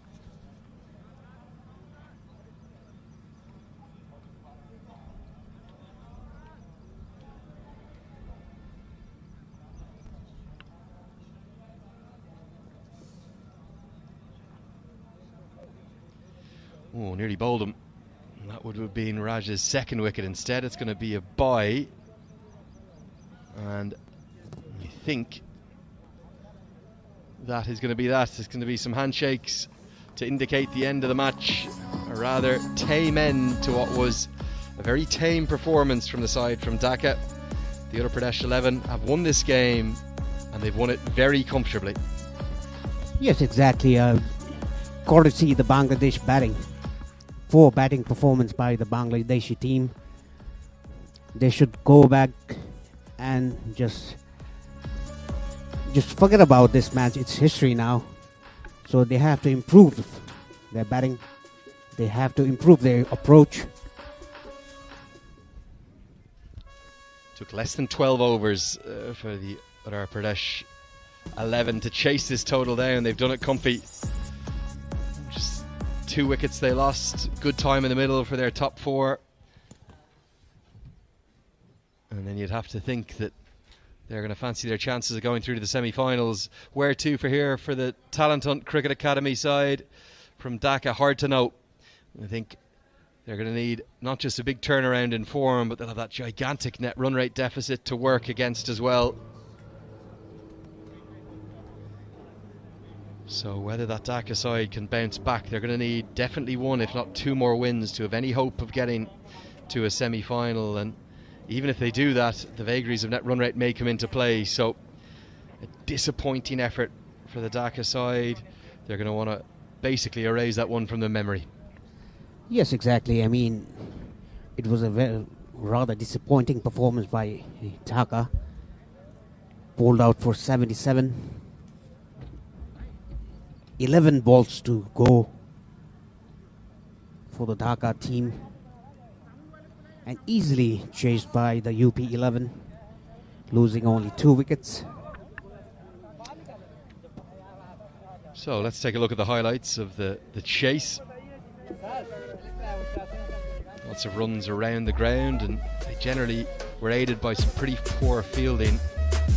Did see 2 wickets fall, but Vivek Singh made 33 not out from 33 deliveries, including these 5 fours. Raj Yadav was a little more aggressive. He made 15 with 2 fours, and this big 6, the 1-6 of the chase, down the ground just to bounce into the electronic advertising hoardings. And then for Chowdhury, who came in at number 4, the keeper batter, he made 17. 15 deliveries, some nice strokes around the ground. That one in particular, probably the highlight of them. Nearly went all the way for 6, inside out over extra cover. And then a bit of fortune towards the end of his innings. 3 fours he made in his innings of 17.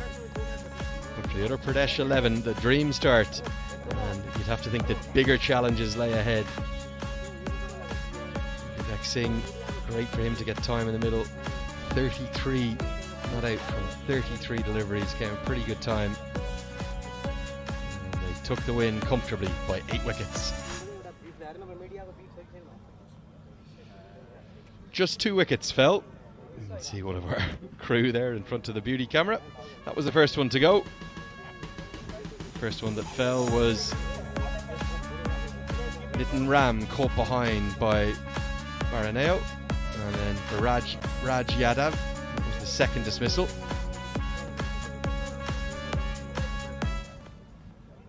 Ground staff go about their work. We've got a nice good break to the second game, with that being a very comfortable victory.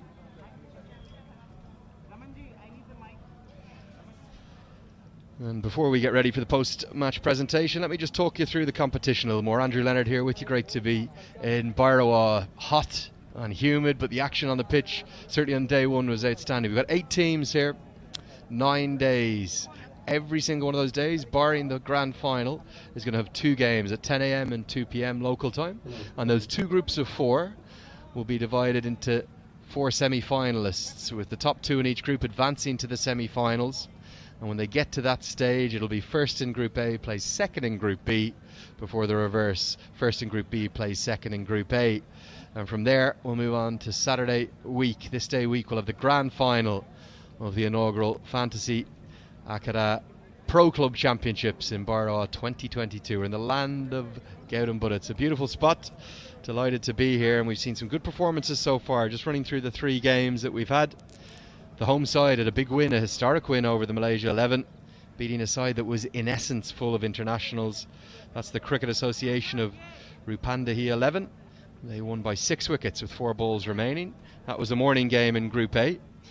And then the Push Sports Club Delhi won a thriller in the afternoon by just 1 run, despite the heroics of Gulshan Jha, who was keen to remind me he's not just a bowler, he's an all-rounder, and he showed that with his firm hitting around the ground. 36